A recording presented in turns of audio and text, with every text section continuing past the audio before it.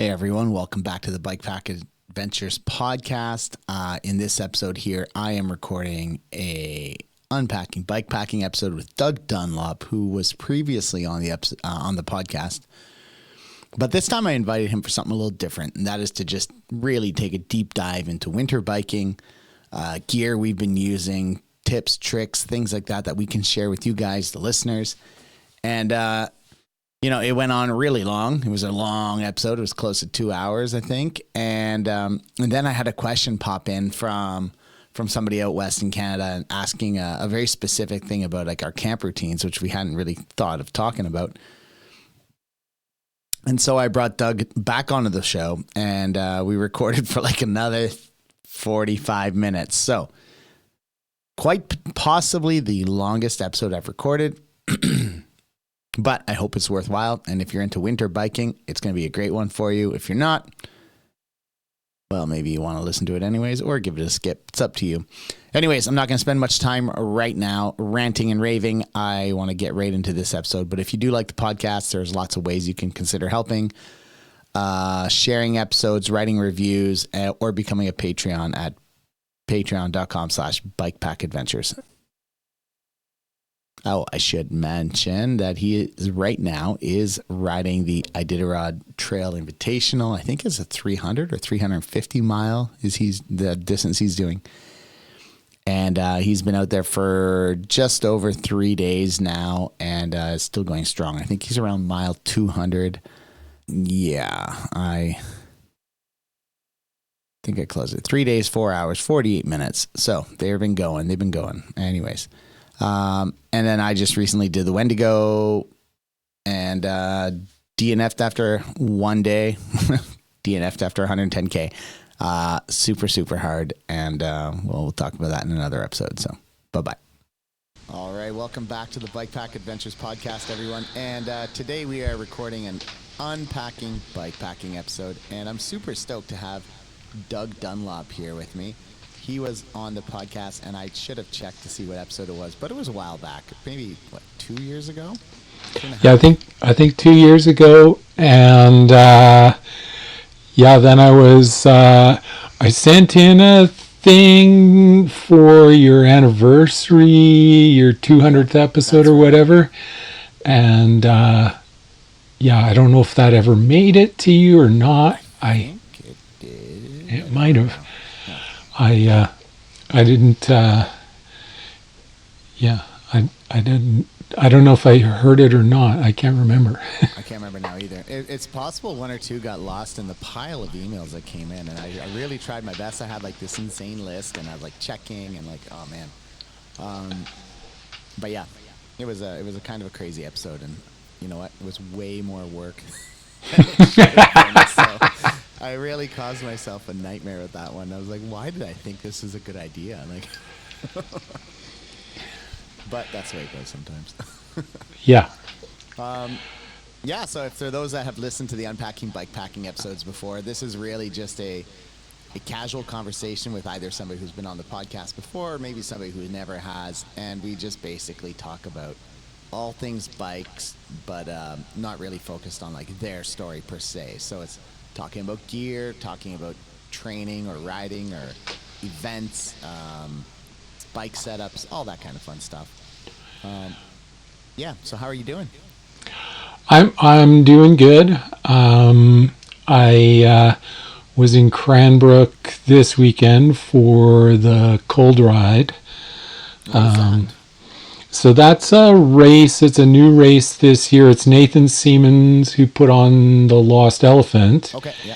He put on the Cold Ride and two distances, 60K and 130K. And, absolutely a wonderful event. It was intended to be more of a community builder than just an outright bike race. And it succeeded. I didn't participate in the community building because I was off the back of the pack by a considerable distance. I ended up scratching from a mathematical error, essentially. Oh. I had sort of I just spent $70K thinking I was going to be doing an easy part, and it ended up like the first kind of maybe third of that was an easy part, and then it just got harder and harder, and I was kind of crying, and As you do when you get into the worst of it. and if I had just gotten my act together and asked, I usually have for my own metric, I usually say, I'm about half as fast as the really fast guys. And by that metric, I still had 5, maybe 6 hours to finish in. And I was anticipating something like 4 hours before I would finish. And, so I just called it at the last feed station. And so I got a 100K ride in, and I had fun, and I think I did see some about it. Did it have like 1,700 meters of elevation or something on that ride? Yeah, which what kind of trails are these? Because I mean, to be groomed enough for fat bikes, but not so mountainous that you can't ride up them. Yeah, so some of them were the local groomed fat bike trails. They have the South Star Trails network, which is super nice network. That was the first and last of it, and nice groomed trails, and they were mostly rideable. Nearly 100% rideable. And then there was a couple of back roads, like forestry roads, that were not groomed. Okay. And they were way less rideable. Okay. So a little bit of hike-a-bike and a lot of hike-a-bike. Yeah, for some people it was a lot of hike-a-bike. I was actually, I probably gained an hour in there. Okay, yeah, because you got a big bike. Yeah, We'll talk about that, I'm sure. And actually, I didn't have the big bike on that race. It would have come in handy. But my contention that it's not a race bike. Yeah. And also, I'm training for a winter ultra coming up here, so I wanted to sort of dance with the girl that brought you, and so I brought my I have a Rocky Mountain Blizzard that I've modified pretty much as far as is possible. I've got an Old Man Mountain rack on the back, a Trek fork on the front, because Trek has an integrated rack that fits on their fork. Okay. So I put a Trek fork on there. I built up my own wheels with an Onyx rear hub and a something front hub, and carbon Nexty rims. Okay, I was gonna ask, it cuts a lot of weight, right? Carbon rims, I think it cuts a fair amount of weight, but also for me the extra width was important to me, and so going from the 80 mil rims to the 95 mil rims is it's a significant chunk. And that still allows to fit, does that mean you use those same wheels on your Moonlander? No. They fit on my the rear fits on, two of the rear would fit on my Moonlander. Okay. Yeah. So why 95 is my question. Why do you need that? Anytime you get a wider rim, it just flattens out your tire profile, widens it up a little, gives you more float. Right. So when you're on the punchy stuff and you're dropping the pressure, you get the wider the rim, the wider the footprint you're leaving. Makes sense. And then on top of that, I got the 4.5 inch tires, which is an interesting topic in itself. In the 27 4.5 world of, which is kind of what most fat bikes have standardized on. Yeah. In that world, there's kind of the fours, which usually measure right around 3.8, unless they're the V Avalanche 4-inch, in which case they're like just under 3.5. Oh wow, okay. And then the 4.5 inch is what most people out here for sure go to, because often you've got punchy snow or undergroomed or fresh snow, and you just want that extra float. That extra width gives you the float to stay on top of a crust or on top of a just a lower pressure. Allows you to run lower pressures. Rim, you get even more float, right? Yeah, even more float, even more width out of the same tire. And so then those have even more variety in sizes. So I had cake eaters, Terrain cake eaters on my bike. So my wife has on hers, yeah. Yeah, so on my 95 mil rims, those measure out to about 4.9 inches. So they're they clear the yeah, they clear the Rocky. They don't clear a lot of bikes, but they do clear the Rocky. And then I've gone to the 45 North, the Dillinger 5, which on my 95 mil rim measure to 4.3 inches, even though they're nominally a 4.5. Yeah. It just must be a stiffer compound, right? So it doesn't get as much flex and flatten. It's similar in terms of flex. I when I measure bead to bead on a flat tire, it's just narrower. Okay, interesting. Yeah.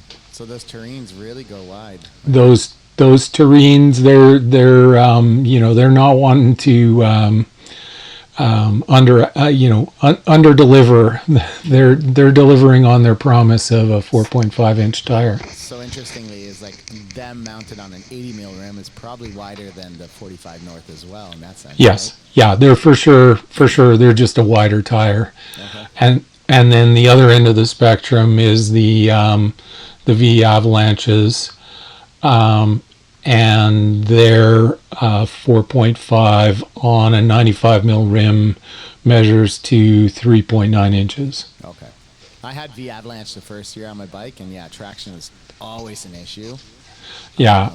And I also, I was new to fat biking, so I wasn't really getting good at like how little front brake you should ever apply, if at all, like because it's too easy to slide out and lose control.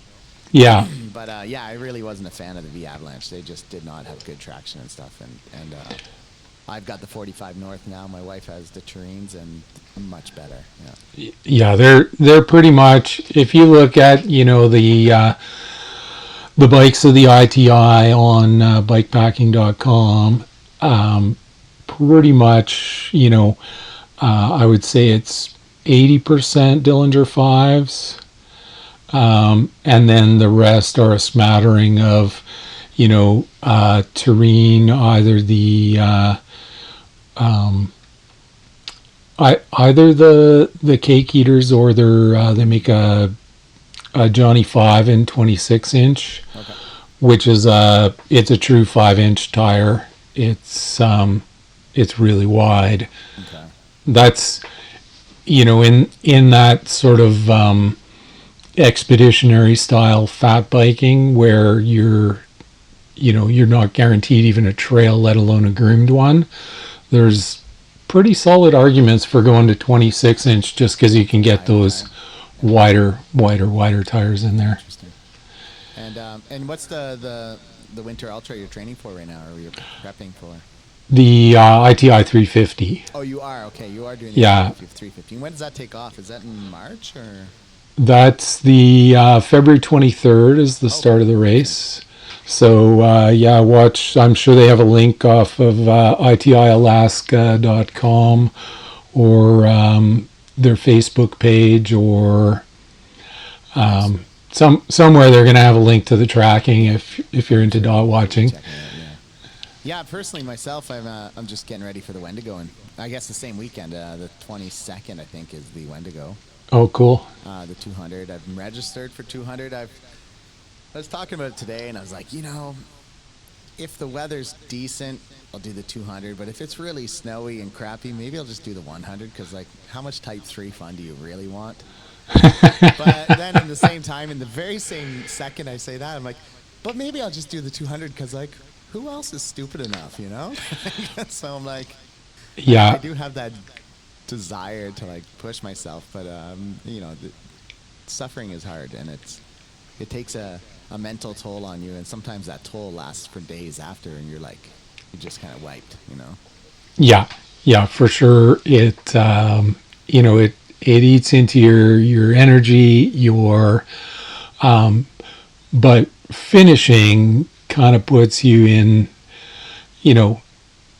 a weird mental state too. Yeah, that's true. You sometimes get those, post-adventure blues. So even though you've accomplished something terrific, like, especially when you do something really hard, even if it's fairly short, right? Like, it's not like, I get it if you go on a year bike tour and you come back and you're like, oh, life sucks. yeah, But when you do like a couple day thing, or a 1 day or a 5 day event, and you're like, oh man, life sucks. You drove the body really hard. yeah, Yeah, I went on a. I don't know if you saw it on Instagram, but I did go on a. I did see that. And it was pretty fun, man, because I really went some backcountry trails. Similar. I was lucky there weren't many. I didn't see any snowmobiles for like 24 hours, so the trails weren't chewed up. They were rideable, except when I got really tired, and then a couple hills I had to push up. But and in the morning there was some fresh snow, so there was a couple hills that I just couldn't get up with the fresh snow. Otherwise, I would have had to just stop and lower my pressure. And at that point, I was like, I don't feel like it. Yeah, But yeah, it was great. It was just really nice overnighter. It was quite cold. It was I think minus 20 something, so it was a little bit beyond the comfort zone of my sleeping bag and a down quilt. And but I just threw a jacket on, put some extra layers, and for the most yeah. part, it was pretty good. Do you have anything to? So your quilt is down, right? Yeah, I have the Outdoor Vitals minus 20, I guess, down quilt. Right, right. Do you then throw anything over the top of Oh, you that? know what? I was not that smart. Maybe I should have brought my bivy bag to put over it just to keep in that heat, but I didn't. And in hindsight, I think, yeah, the tent was great. It was nice to have a tent and to store in some of the humidity in the tent. But I think something around the bivy bag or around the down quilt would have been that next thing. Yeah, it can backfire on multi-dayers. Yeah, because of the condensation. Yeah, basically it doesn't, nothing, no matter how breathable, lets out any amount of moisture in the cold like that. Do you use a vapor barrier liner like inside your sleeping bag, or? I definitely have. I I am not entirely certain if I'm going to on the ITI. I'm sort of right now leaning towards not using it, Okay. and because everything inside the vapor barrier liner smells. Nasty after a day. I think Kurt Reifsnyder described it as I didn't know anything alive could smell that bad. Right. Yeah, I think you talked about that too on my episode. We talked about how bad stuff starts to stink. Yeah, and so yeah, I think I'm probably going to go with what I think of as my tried and true system, which is a down sleeping bag inside or underneath my I have a quilt. It's a -10 quilt that I made. Yeah, you mentioned that one to me before, actually. Yeah, and so then if you put the synthetic layer over the down. That moves the dew point usually, or the frost point, out into the synthetic layer and keeps your down way drier. And so then sometimes you can escape that sort of necessity of using a vapor barrier liner, because you're kind of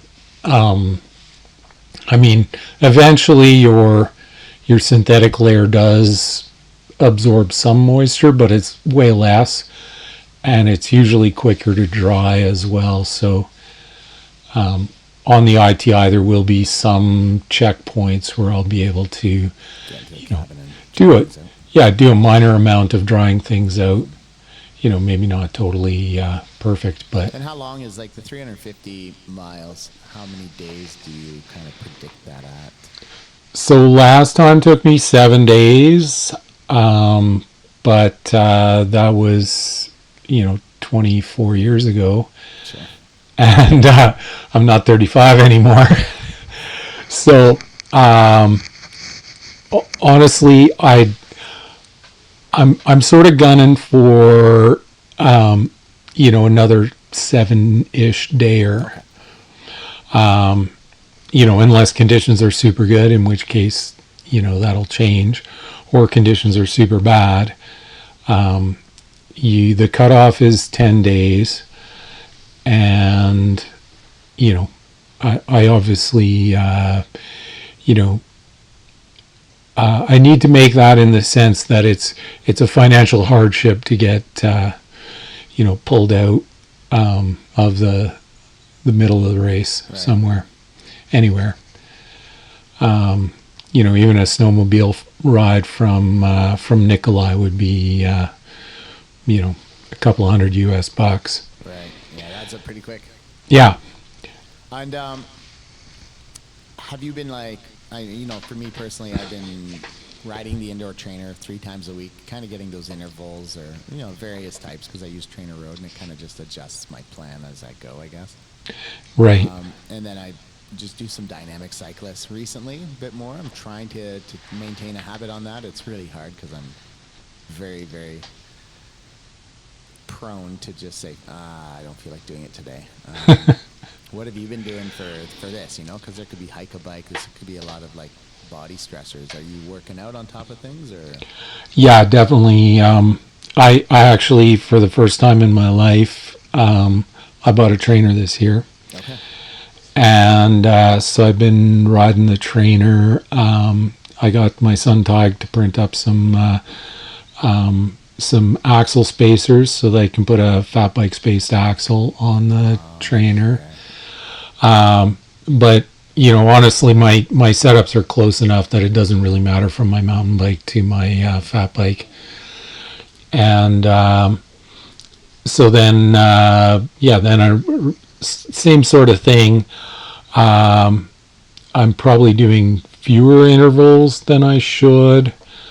But I have been doing some, and I've been doing some sort of,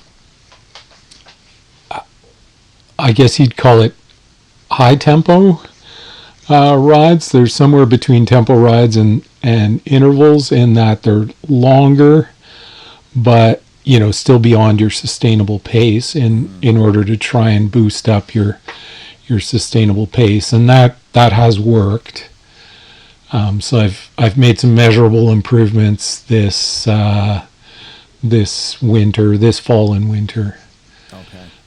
From where I was in August. I'm still not. I'm never. I'm pretty accepting of the fact that I'm never going to be fast.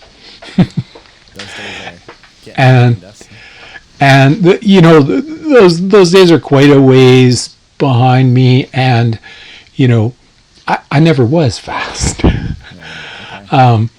So it's not like I'm not entering this to win it. I'm entering it for the challenge, for myself, for to go hard, to push myself as hard as I can.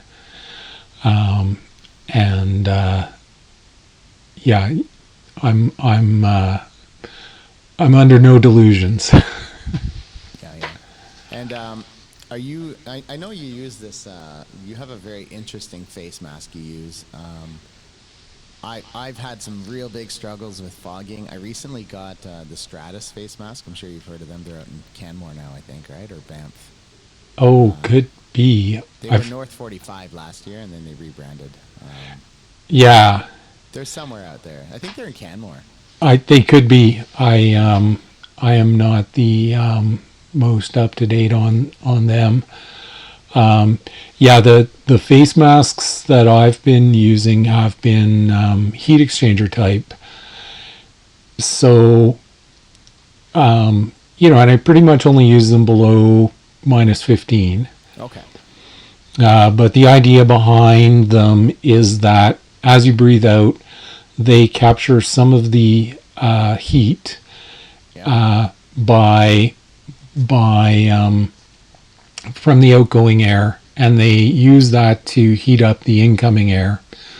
So I'll be out on a minus a -28 day, and I'll be breathing maybe 15-degree air, sometimes a little warmer. So it keeps you kind of keeps saves you that like burned throat feeling, right? Where Saves you the burned throat feeling. It also saves you if you imagine your skin is about 1/5 the surface area of your lungs. Okay. And your lungs are always moist. So if you were to go outside naked after just briefly toweling off after a shower with moist skin, go outside naked, you would still be losing less heat through your skin than you would through your lungs. Okay. Because you're always passing that cold air. You have to warm it up in your passages on the way down into your lungs. It hits your lungs. It's still much colder than your body, so you're losing a tremendous amount of heat through your lungs. Everybody says that you lose most of your heat through your head. Well, that's true when it comes to skin, but where you lose way, way, way more, like an order in magnitude more heat, is your lungs, because you can't put a toque on your lungs. Mm-hmm. And so the heat exchanger mask, by warming up, helping to warm up that incoming air, makes a huge difference. And it will even to the point of increasing the temperature rating, if you will, of your clothing. So what I would wear in -15, I can wear in -30 with a heat exchanger mask. Right, because now your lungs aren't getting cold, so you don't need those extra layers, right? Yeah, I don't need those. Yeah. And below -15, you just go barefaced. Is that the? Yeah, warm, anything warmer than -15. I just go. Yeah, bare face, or I have it's called a face glove. It's a little nose piece that goes across your cheeks to just to keep the frostbite off your cheeks. Yeah. How do you like that? I quite like it. It's been I only found out about them this year, or last year in 2024. So I have only been using it in the cold for we haven't had much cold this year, so a total of maybe 10 days. Yeah, I was looking at maybe ordering one too. I mean, I've been trying out the Stratus mask. They sent me one of the older North 45 ones from last year, just so I could see how they changed and stuff. And I quite like them. I mean, there's aspects about both of them that I like. I think the older one, I think the reason they've now sewn it on the sides and start the material for the covering mask part on the sides was just because it gets tangled when you're trying to put it on, and it's kind of annoying. But I like the idea that I could just take it and throw it behind my head as well when it's I want to just wear the mask around the face and just protect the outside of my face, right? Right. But the new one, you can't really do that, but you can just kind of tug it down under your chin enough out of the way. Yeah. But yeah, it's been good. It did wear a hole where they have like this little soft wire that's encased in plastic of some sort, Right. so it can mold around your nose, and it got a little hole into the material. I asked them about that recently. Actually, today I emailed them, and they emailed me back, and they said, yeah, they've had a couple incidents where people said that, so they've already redesigned for next year, for the next production batch, that'll have a slightly thicker material. They asked me if I want to send it in to be sewn up, and I said, oh, I can sew it myself. I'm like, Yeah. yeah, I think I can do a nice enough job. It wasn't so bad. It's just, it was starting, and I was like, I better just take care of this now before it gets worse. But it was like the one little weakness in the system at the moment. But it is quite nice. Like, I haven't had that experience in the last few years of fat biking where I can wear my visor down on my Blivet helmet or wear goggles and not Right. fog up, right? So it's Yeah. always been a pain. Either I was covering my face to keep it warm and had my eyes running water all over the place, or I put my visor down and had my face cold. So it's kind of nice. Yeah. It's a nice solution, that's for sure. Yeah. That seems like it seems like a pretty good solution, and yeah, I probably should get one. You could just go for a training ride and go there and get one. Yeah. Yeah. I always find right next to my nose, my nose is fairly sharp, and so there's kind of a deep pocket here, and so that's where I always, pretty much every mask system, ends up with some amount of gap there. Oh, okay. Yeah, this one you can kind of just form it. So once you form it around your nose, I mean, more or less it's, you don't have to adjust it too much after. But yeah, it's. Yeah, yeah. I have a few masks. Their wire system. So the older one had like a little flat wire, Mm-hmm. and the new one has a round one that's encased in like a little plastic tube. Yeah. I'm not sure which one I love more yet, so more testing to be done. But definitely game changer commuting by bike, and yeah, it was good on that 2-day adventure. So we'll see how it handles for the Wendigo. Yeah. But definitely it does get kind of frozen up if you're using it and you pull it down off your face for a while because you're getting warm.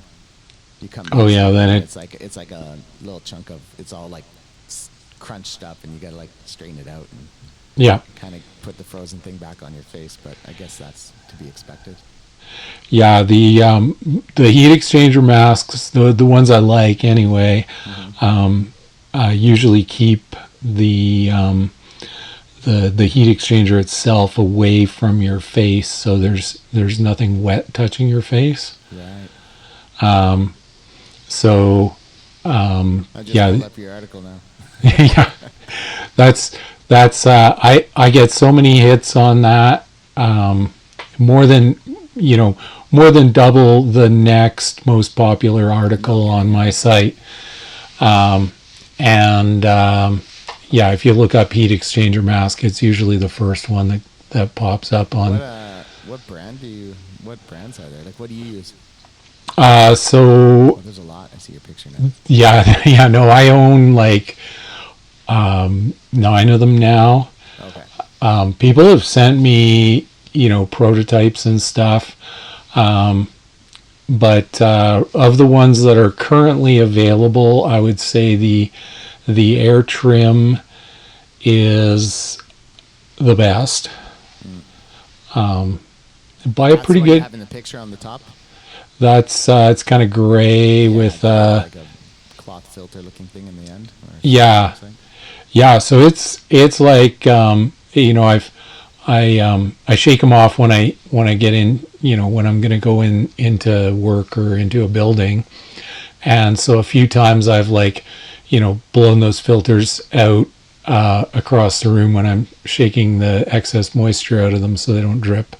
Okay. And so I've had them unravel when that happens, smash and unravel. So it's weird. It feels like toilet paper. Okay. I know it's not, because toilet paper would just wad up and stick together and stop working, but that's definitely what it seems like. And like they're replaceable, the cartridges? Yeah, so those are replaceable, and I've gone through, kind of, they have a limited lifespan, but it's not super short. And then they make a few different filters. They make the sport filters that allow more air, and then the other filters allow less airflow but more heat. Okay. And I kind of I don't dislike any of them.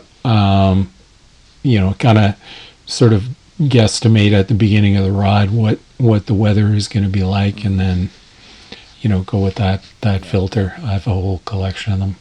How about you? Anything you've been experimenting with, testing out? I think there's probably lots.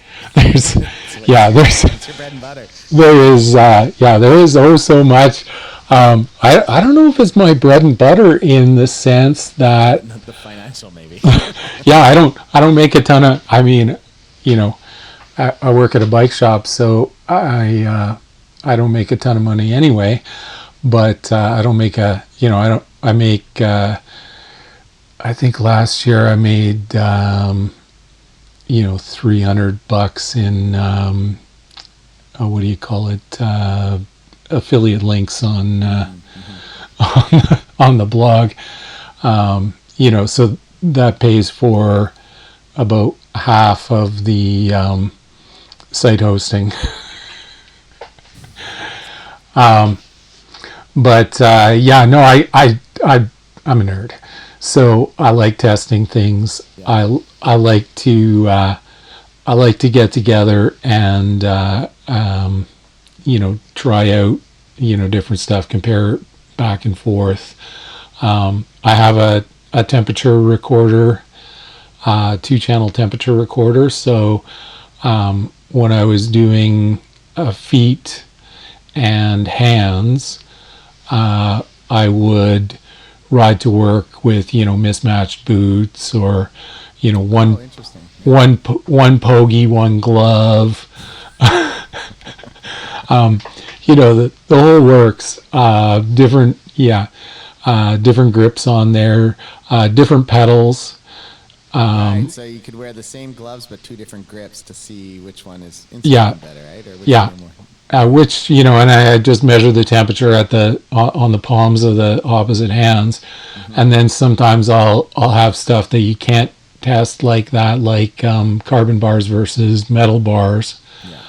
Because when I first published the article, Mike Kuriak asked me, like, do you have any real data on what difference carbon bars make versus insulated aluminum bars or insulated grips? So readers, and then you have the same pogies, same bar grips, same everything except for the bars, right?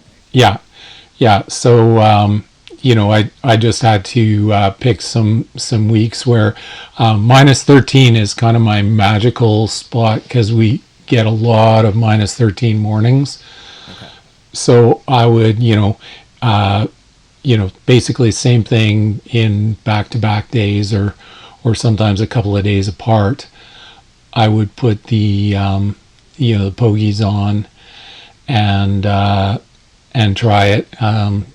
Just for reference, it's about 5 degrees on the palm of your hands. Okay, so it is, huh? Difference, and that's with doing everything else right. Yeah. So that's insulated grips, pogies, and a liner glove or a thin fleece glove. Yeah, really cool. Yeah, and so I like to test stuff like that. So I usually update the articles from time to time with that new kind of information. Yeah. And then I did the same thing with all the different heat exchanger masks, or I put the temperature recorder just in the airflow just outside my mouth, and then I look at the temperatures at the end of breathing in and at the end of breathing out, and you can get a pretty good idea of how well it's working. Except for on the Lung Plus, where it's kind of like a snorkel mouthpiece. Okay. It was a little harder to measure, so I kind of measured like right on my teeth, where I just smiled and breathed in through an air trim, Okay. and then smiled and breathed in through the Lung Plus, and try and get a fair comparison. Interesting. Is there a way to test? I've been wondering this because you know what, my hands and feet get extremely cold compared to most people.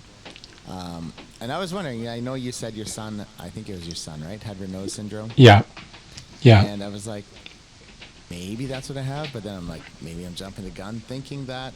But here's for perspective. I wear the 45 North, the -20 boots. What are they? The Wolf Hammer? Or? Yeah. The Wolf Hammer or the the Wolf Gar is the colder Wolf Gar's one. the really big one. Yeah. These are the Wolf Hammer. And I was out fat biking with my wife, and I had a decent sock inside. It was maybe -6 or 8 outside, and my feet were frozen. Now, same thing. I have outdoor research gloves, and they're pretty heavy. I'm not wearing the liner, but just the glove, the three-finger type thing, claw. Inside my 45 North pogies, the big ones, and my hands are cold. And my wife, she takes off her gloves and gives them to me and says, she has no pogies. She's like, Yeah. Can you put these in your pocket? My hands are so hot.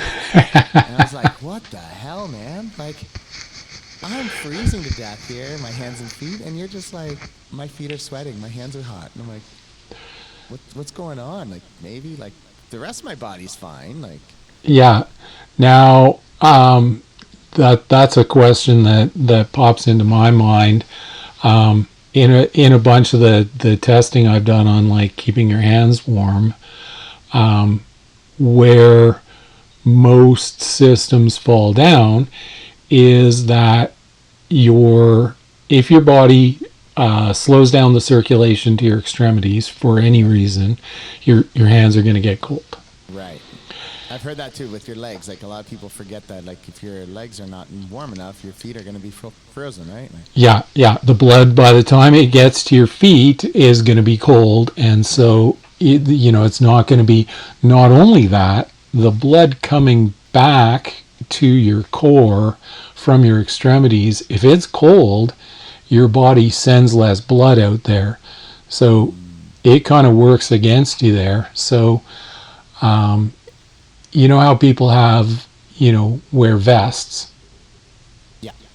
I advocate for the reversed vest. I want like big, grizzly fur arms, and just a thin fleece on the chest and torso, to try and keep the to keep the blood going to my hands warm, and also keep the blood coming back to my core warm, Right. so that my body then doesn't say, hey, we got a lot of cold blood coming back, we better restrict the circulation to the extremities.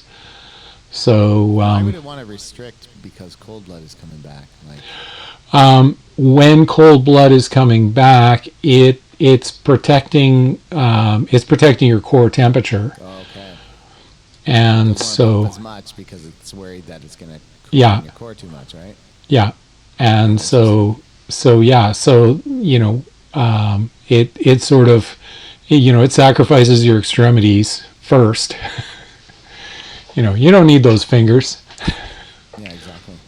Yeah, so I did buy heated socks, and I bought some pretty good ones that get like 20 hours on the lowest mode.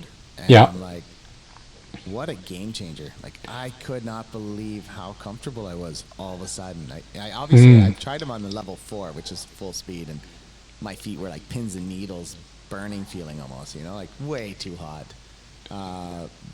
But when I drop it down to like a 1 on a decent day, or if it's like when it was -20 out and I was commuting, I put it at, I think, a 2, and I was like, I'm comfortable. Like, this is good. Is this what it feels like to be comfortable on a bike?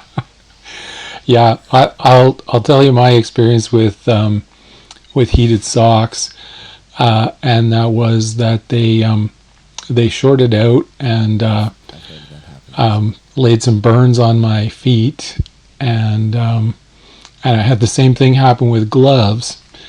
Okay. Slow learner, and so yeah, and not only that, if I'm going away for a 3-day trip Sure, even. you can't. Heated gloves, Yeah, socks aren't going to cut it, right?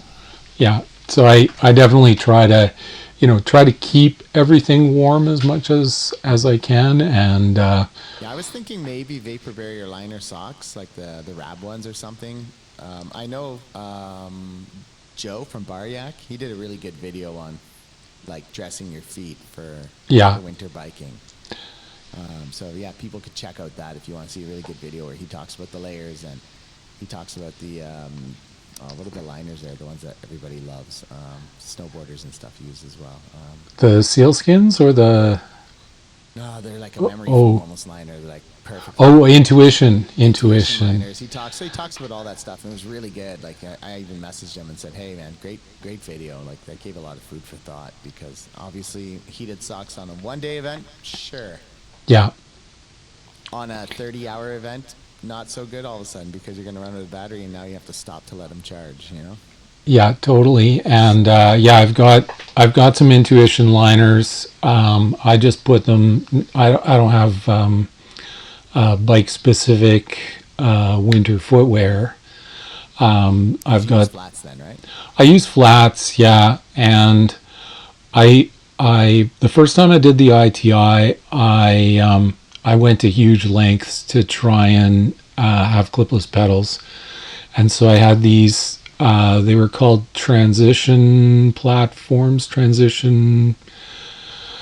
Anyways, they were like a sandal that strapped over your running shoe for triathlons, so Okay. that when you came out of the water, you'd put your running shoes on, and but they had a cleat on the bottom on this sandal, so you'd do your bike, and then when you got off the bike to run, you just unstrapped a Velcro strap, and this sandal with the cleat on it came off, Oh, neat. and so you didn't waste as much time in transition, and you still had this stiff sole. And I don't know that they've been available since 2002ish. But yeah, I modified a pair of those to fit around some winter boots, Oh, okay. and so that's what I took to the ITI so that I could use clipless pedals, and I liked them, but the gain on and they also had the advantage that when you were going to be walking for the whole day, you could take your whole platform off. You take the Right. sandal off, and boom, you've got a nice walking, a nice boot to walk in. Yeah, and I think that's why a lot of people that do things like the ITI or these multi-day ones, they opt for the flat pedals, right? Because you're Yeah, going to spend a lot of time walking. You should be comfortable, and you probably want the right amount of flex when you're walking, right? yeah. Like last time around, I ended up like right around 200K of walking. But I heard somebody else told me too. They said that like if you're used to clipless pedals, you're used to quite a bit of float and the movement that allows your knee to go through. But then if all of a sudden you're using flats, you're kind of locked in there because the pins grip pretty well on Yeah. better quality stuff. They grip well, and people end up having knee issues. Do they make any flat pedals that have natural float on their spindles or something? Probably not.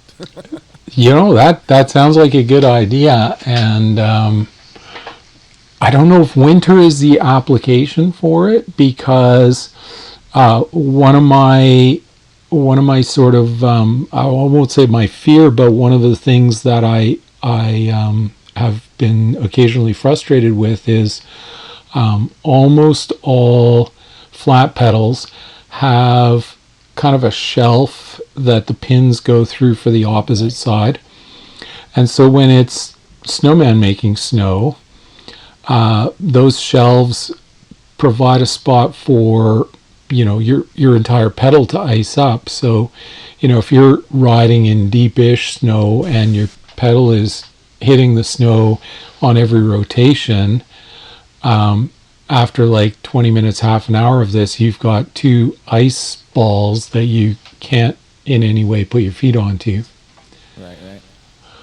And then they naturally way downwards, so you're always flat side up. well, yeah, except that they will make perfect balls. They do totally snowball. Oh yeah, that's right. And yeah. So then, I've had a few times, a few trips where it's been like that, and I'll stop and I'll, literally chisel out the holes to get rid of the buildup of an ice block around there. Interesting. And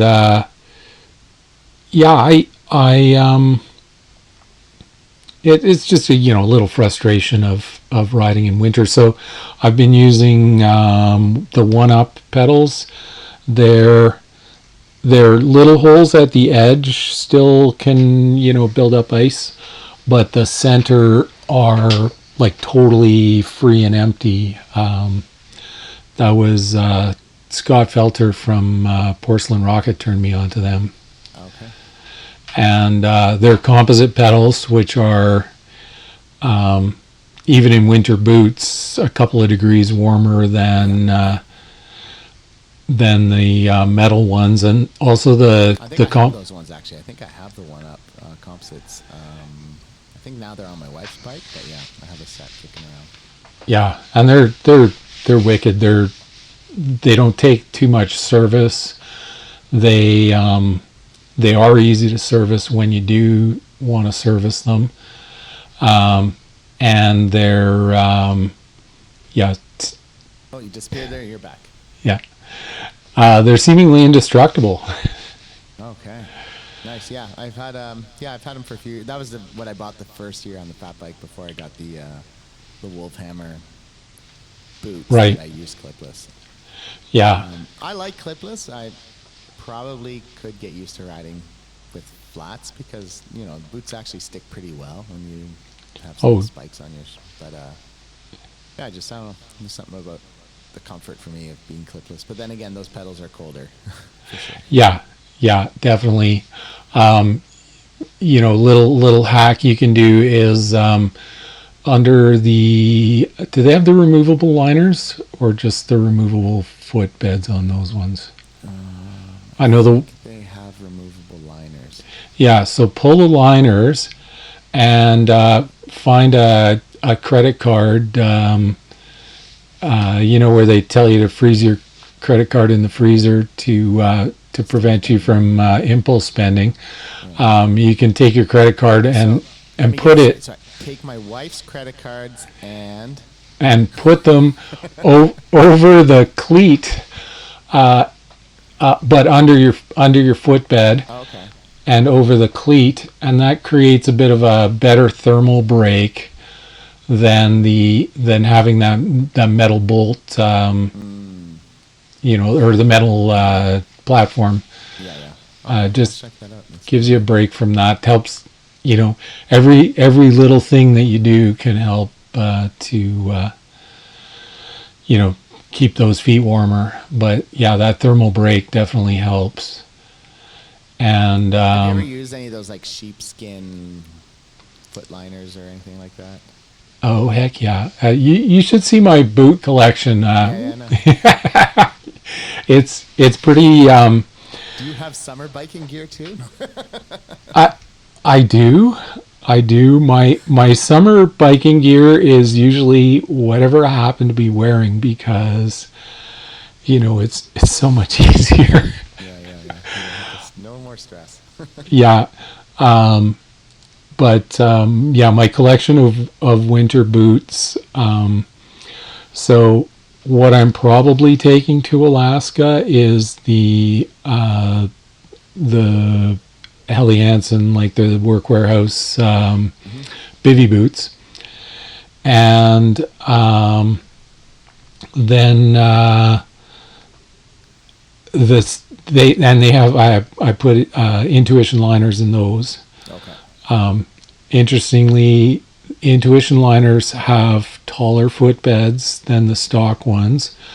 So be sure to adjust your saddle height or you'll have really sore knees like I did on Cold Ride this weekend. And then my other option, and it's also a really good option, but it kind of goes the complete opposite direction. So the bivy boots and the with the stock liners, or the bivy boots with the Intuition liners, are fully waterproof. The insulation is closed cell foam, so even if no matter how wet it gets, it still insulates just as well. And it doesn't absorb any water. The opposite way is I have used Stagger mucklucks in the past, but my pedal pins kind of chew them up a little. I think I have a pair here at home. Yeah, they're like an overboot, right?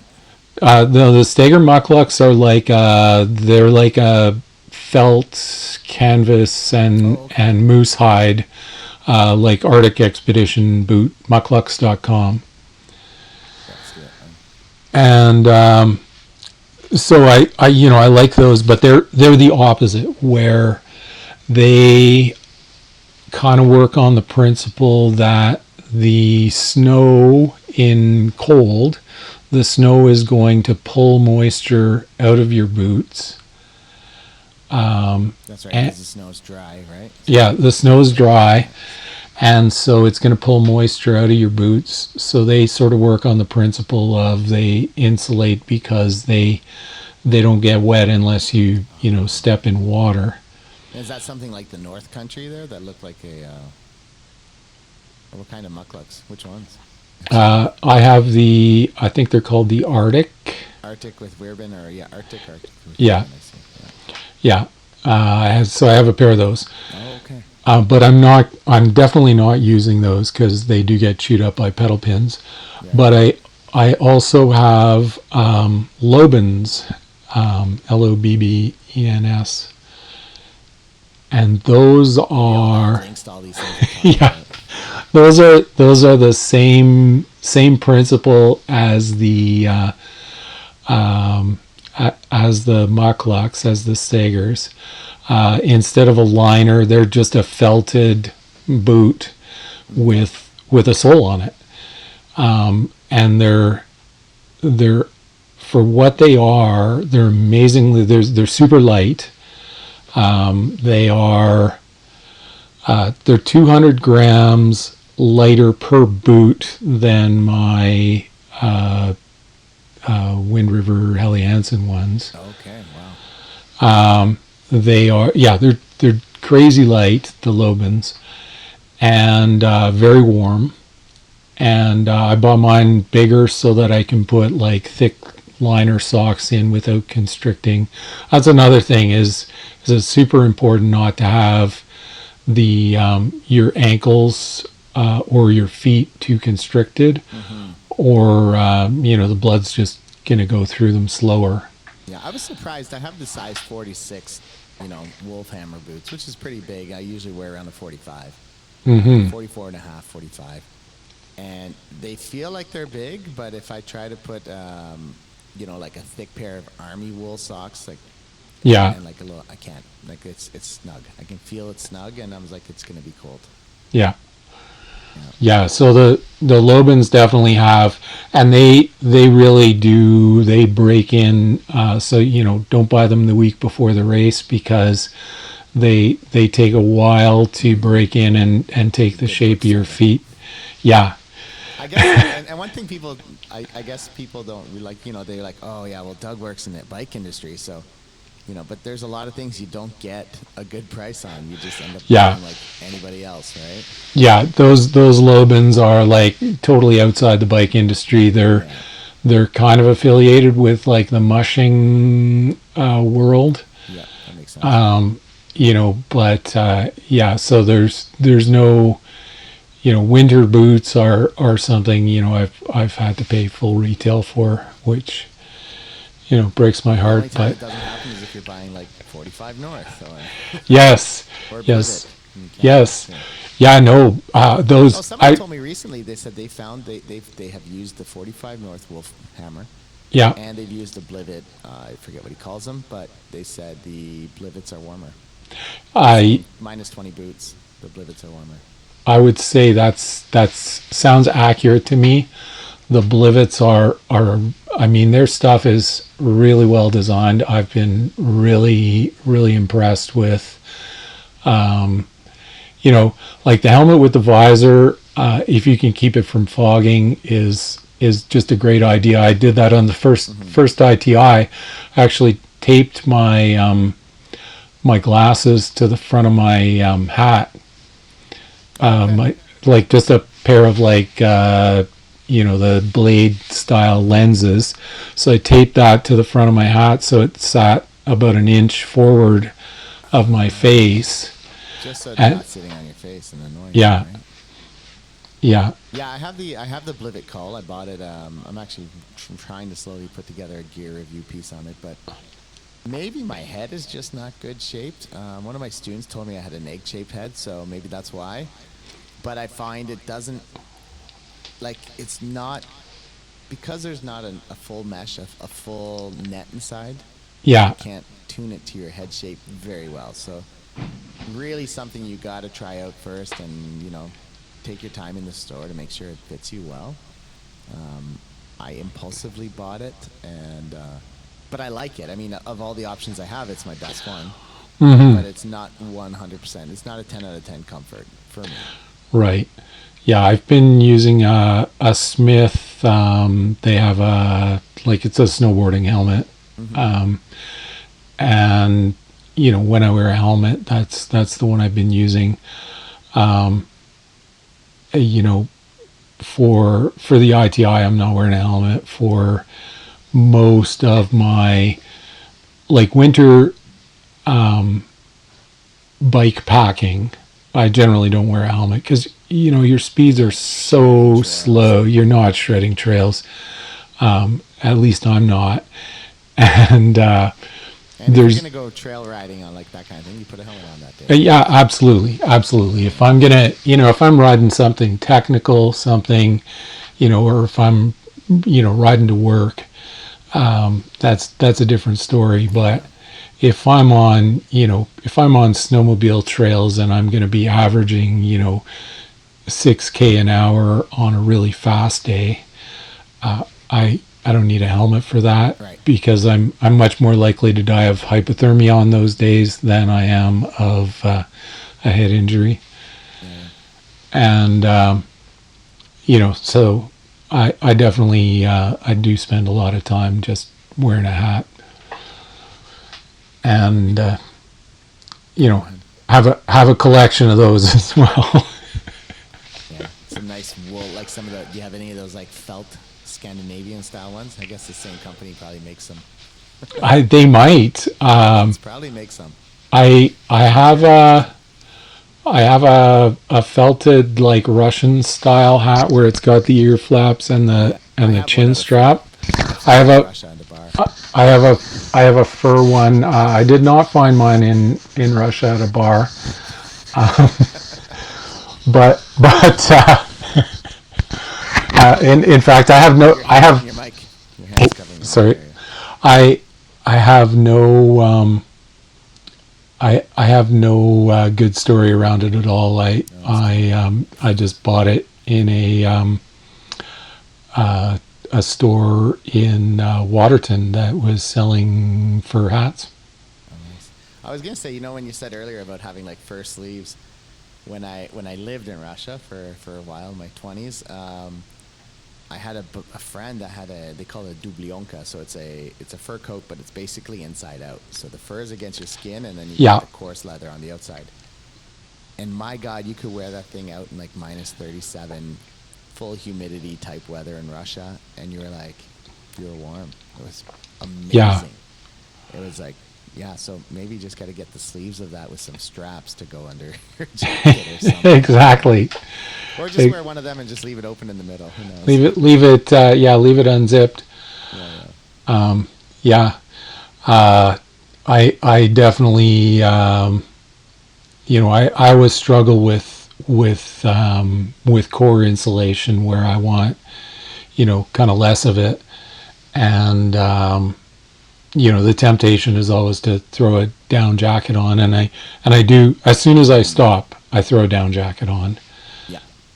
because I know it's, even if I don't feel cold, it is cold. And I don't want to just, I don't want to wait, to feel cold to throw that jacket on. I want to throw the jacket on and And keep. I think we talked about this a couple of years ago. You said, I think it might have been Kurt Ruffsnyder you're referring to. He said, "Never sweat," right? But Yeah, you no, are gonna that's, sweat, and like you can try to minimize it, but you are gonna sweat. On this last trip I did, that overnighter, I really focused on not sweating, but really being aware of how my body was reacting, whether I, even if I unzipped an extra inch or 2 inches or zipped it up a yeah, bit, like as soon as I felt something needed to be done, I did it. But you're still gonna have that damp layer, right? So, like you said, throwing on that down jacket, that damp layer will get you cold really quick when you stop, if it's 5 minutes or 10 minutes. yeah, definitely. And I try as much as possible to not sweat. And I'm pretty religious at, like, when I start to sweat, stop, shed a layer, adjust a layer, and sometimes that means, take off, my liner shirt. Or sometimes it means, like, switch layers up entirely, because I try to avoid having that damp inner layer. And that's actually why I'm not, I was, last time I did the ITI, on a lot of my, weekend and multi-day rides, I've had a hydration pack. I've got a few that I've modified with insulated hoses, and Yeah. Yeah, I have the Ortley Osprey, and I found like the insulated sleeve and hose, and I was like, yeah, sweet, pick that up.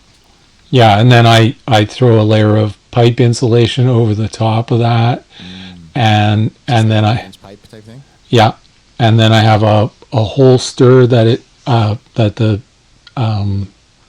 drinking part fits in on my chest, so that Oh, cool. it doesn't, Slide down. well, it doesn't freeze. Yeah, yeah. Even if my jacket is wide open, it doesn't freeze. And then Do I you always also, back blow as well? I always You probably back blow. you Yeah, have to though. yeah. But I do find it leads me to have a sweaty back. Yeah, that's true. Yeah. And so I am probably not going to take it with me on this trip. What's going to I'm be your water station? So I've got a couple of Yeti insulated bottles. I've got a 2 liter, and that'll sit, either on in my probably in my frame bag. I was going to put it on my fork, but I've decided to put lighter, something on my fork, and move it to the frame bag just so it's centered weight in the bike. Yeah, yeah. And then I'm going to also have,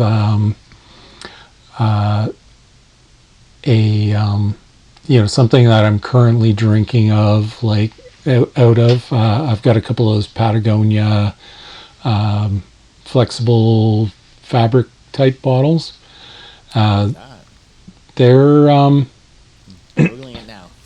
they're they're like a mini, like a cross between a hydration bladder and a water bottle. Okay. Yeah, and so the advantage to those, you can put them in like any kind of No, hydro I- flask. inside pocket. And so I'll throw one of those in my inside pocket with my, like, current drinking water in it, and that kind of gives you the option of, if your water starts to freeze in the hydration pack because it's like, minus 40, you can't just drink it all, because then you'll be frozen from drinking all this cold, half frozen water. Mm-hmm. So my plan is to keep that, liability water that you might have to drink right away. I'm going to keep that to a minimum, and then even if I have to stop, in 2 hours and melt snow or boil water, I'll do that rather than run the have that big big 2 liters of water on my back. That's a good idea. Yeah, I carried the water on this trip, and as happens too when you're carrying a water bladder, you don't know how much water you have left either, Yes. right? So I knew I was running low. I was like, I can hope I can make it to Calabogie. I got about 50K of rail trail.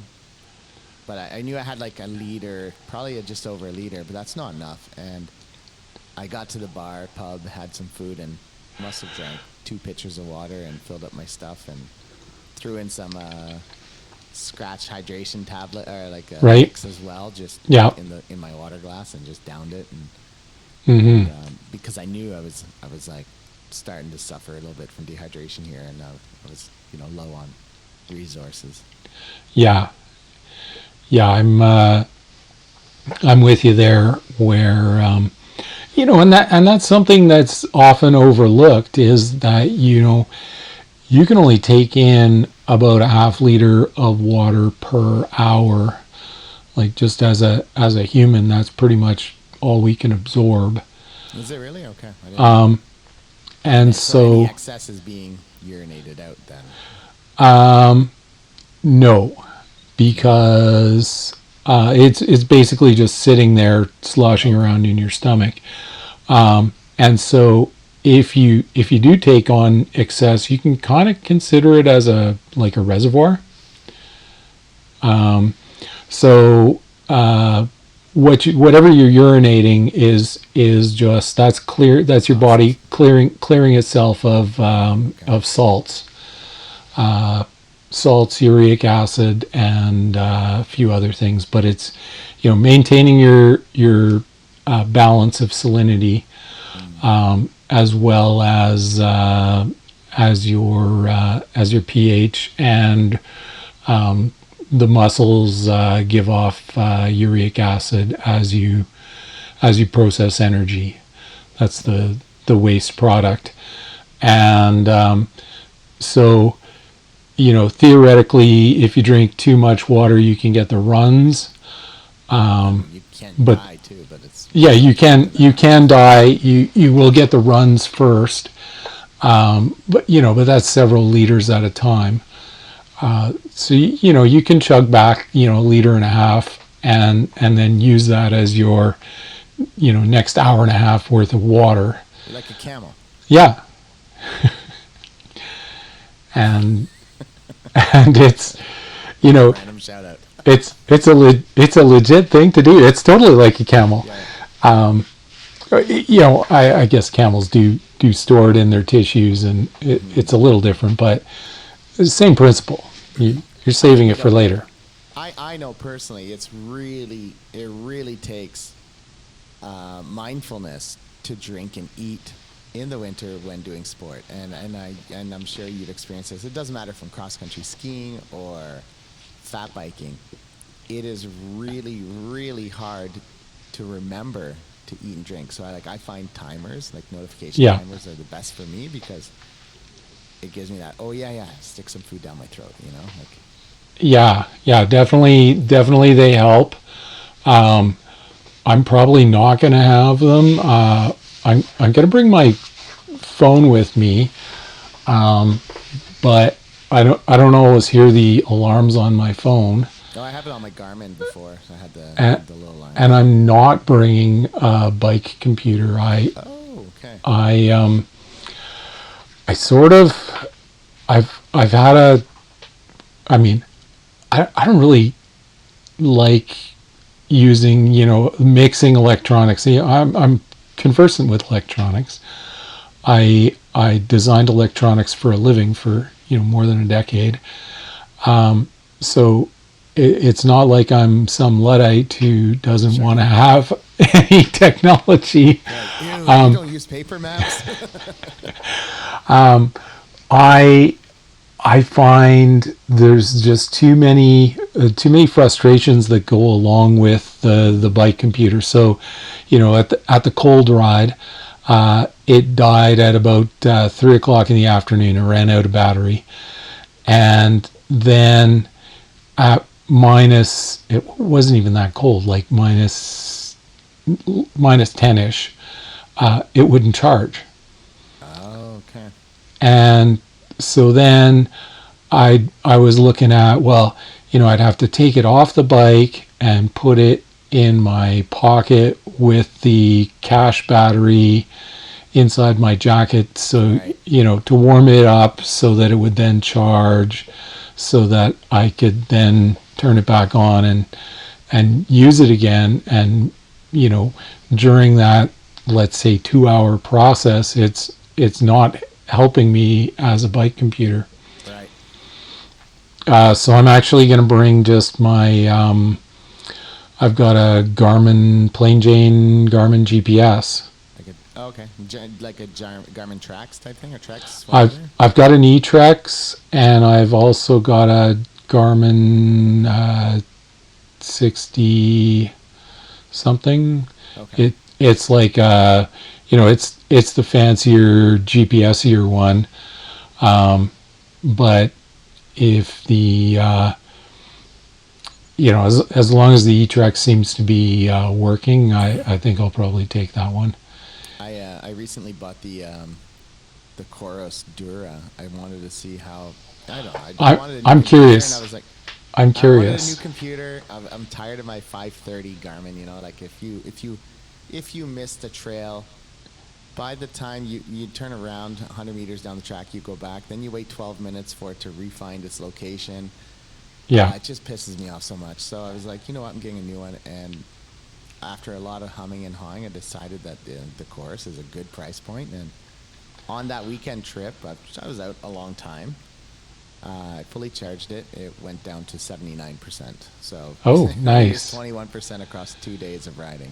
Like More importantly, 2 days of riding that included some minus 27. yeah, some cold weather, and I think I even Yeah. left it on my bike the whole night outside. It wasn't even like.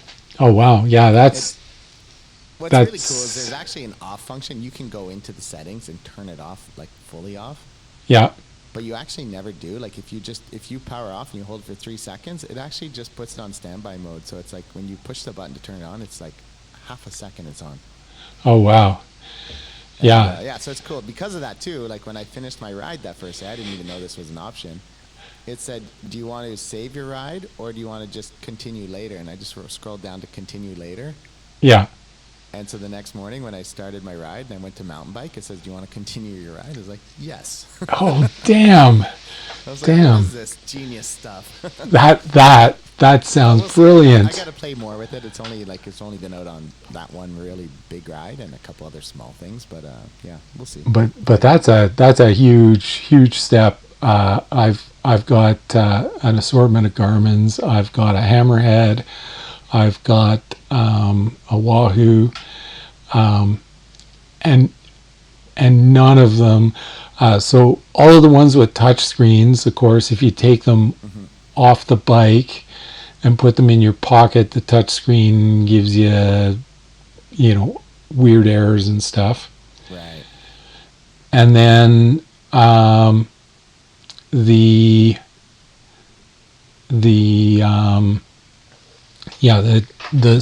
some of them will blank out in the cold. Some of them will just turn themselves off in the cold. So I'll let you know how it goes after this next big ride. And stuff, yeah. But, I mean, it's probably too late to grab one for Alaska, I guess. I don't want to, or I just don't want to go untested. Yeah, I'm going to take this untested piece of kit. They'll send you one probably. They'll be like, "You're going to do it? Go for it." Here. Yeah, we'll overnight it to you. But I bought mine. I wanted the device. I mean, I did get a deal on it because I got it through my shop that sponsors right. me. But I mean, I still paid a few $100s for it, so it wasn't cheap. Yeah, none of this. Everything's expensive. It just all adds up, It does. It totally does. But those are one thing that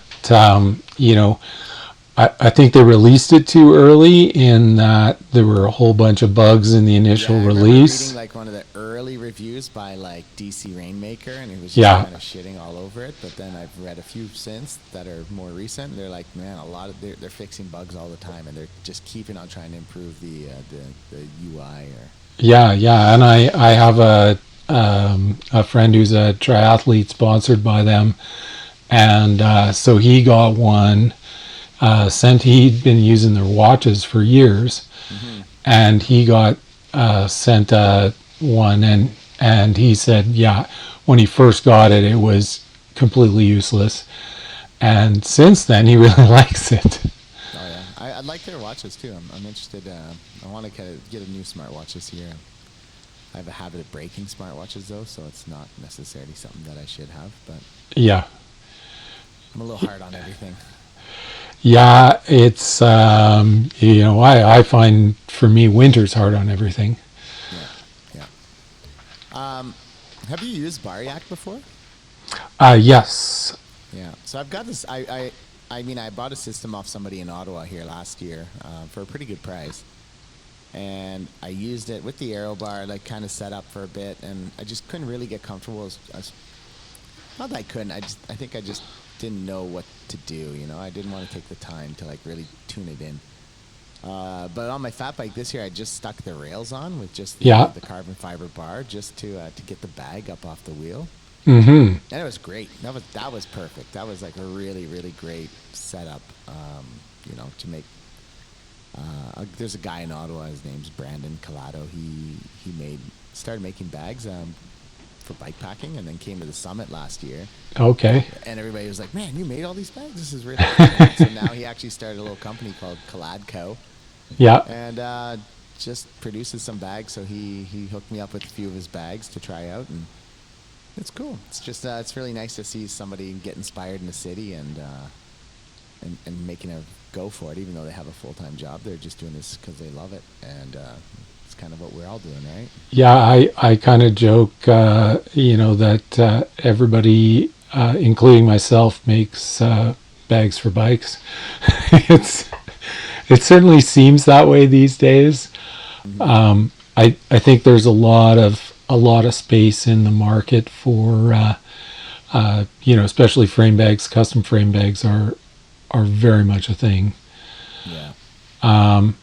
And then also I see a lot of a lot of people sort of making the stuff that other people are either doing poorly or are not doing enough of. And I really enjoy seeing it. I saw the cold ride this weekend was sponsored by Bikepackers Foundry, who do they have some cool stuff that nobody else is doing, and they also And it's like a family team, isn't it? It's like yeah, so it's my friend Guy, and then his daughter does all the sewing and the marketing and the website and all that. And then Guy does he does a lot of the design and certainly a ton of the testing. He's out, nearly every weekend bike packing, and I often go with him. He's the guy that I can count on, if I'm looking to go this weekend. Is he in Calgary as well then? Or? He's in Canmore, Canmore, yeah. so super close, and he their fender bag is awesome. It just sits on that unused below the down tube space. And then he does some cool stuff around, like he does a Jones bar sling kind of to fit under the loop of a Jones bar. Okay. He does like a bunch of stuff that nobody else is doing, and then he does a good job with it, and high tech fabrics and the whole works. Yeah, And then that's cool. Thief Bike Packing out of I don't know if he's technically Hinton or He's Jasper. from Ottawa originally, but don't know Yeah, where he lives now. Yeah. yeah. He's Hinton or Jasper. I'm not sure which. Okay. I And now, yeah, no, Threadworks is living out in Hinton as well. Yeah, So. yeah. Not Threadworks, and then there's a couple in Canmore. There's like the bag making scene. It's unbelievable to me that all of these people are selling bags, but Yeah, yeah. you know, I Yeah, I get I get orders every week that tell me that there's demand. So that's cool. Yeah, yeah, Brandon here.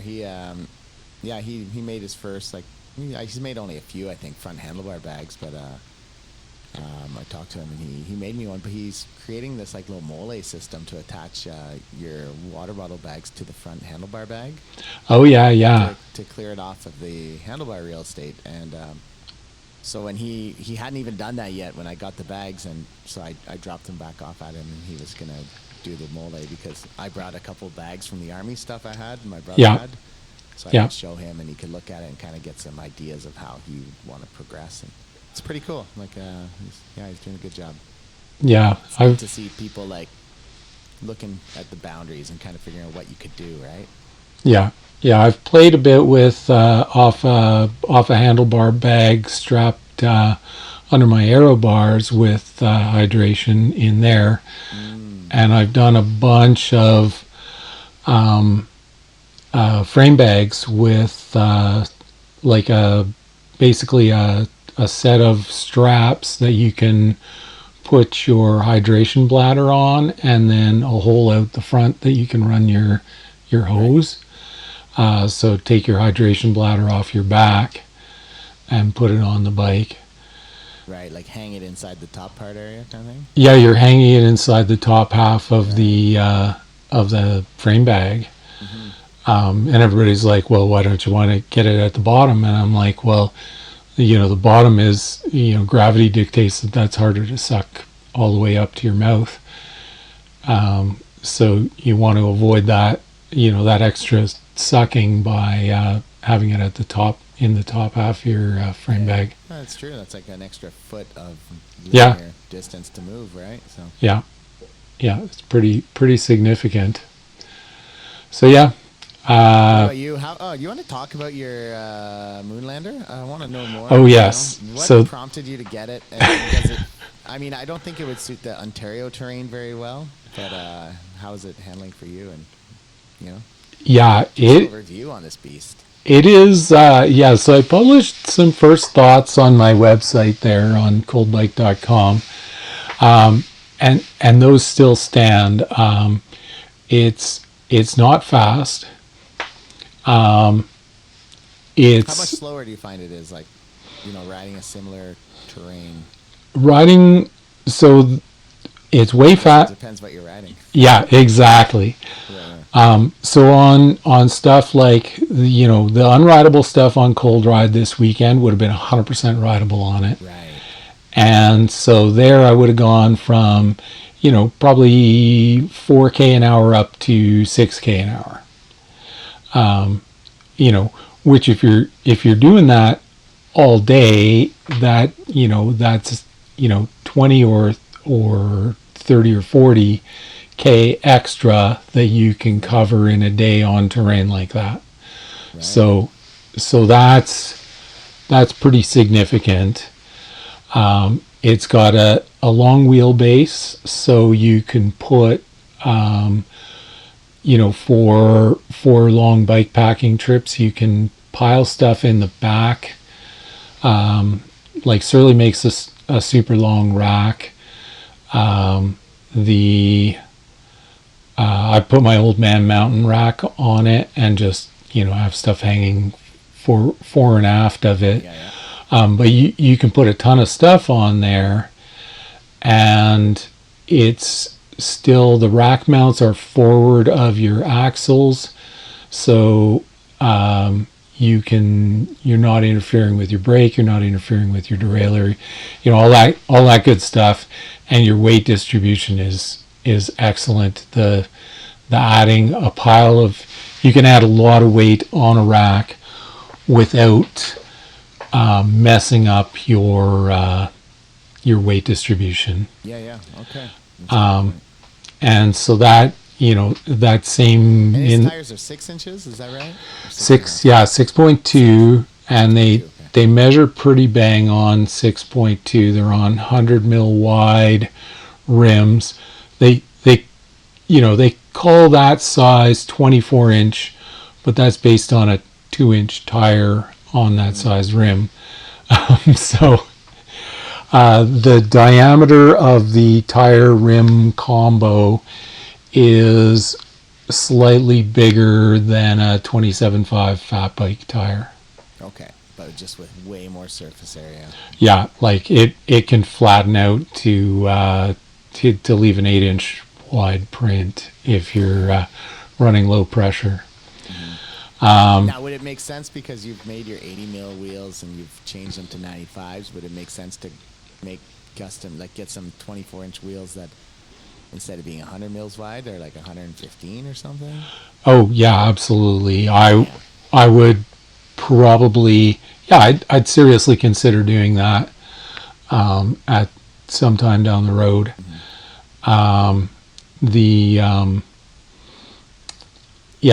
bike has been as an exploration machine is fantastic. Like just taking you places you could never go before, right? Yeah, it's it'll ride up. Now it does have way too wide of a gear range for the bike that it is. The steps between the gears are quite substantial, and that's just a limitation of, Pinion sort of looked to build their drive. It uses a pinion drive. Okay, it does, huh? And for cost-cutting reasons, it uses the 9-speed. So the spacing between each gear is huge. Oh, so it'd be better off, like if you could get a new pinion 14-speed and replace it, it would make them way more. That would make way more sense. They make a 12 in the same form factor. 12, right, And they also make an 18, but I think it's a different. I don't think I can directly replace it. Okay.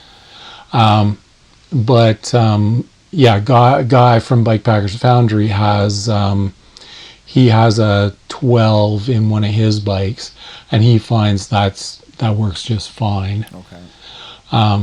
And for winter, the pinion does have some great advantages, in that you're not, even if your oil thickens up, it is because it's right where you're driving from. It doesn't have as much effect as like my roll-off hub. I've got a Salsa Muckluck with a roll-off hub in it, and the roll-off is fantastic, but you do have to thin out the oil in the winter. Or you do, huh? Yeah,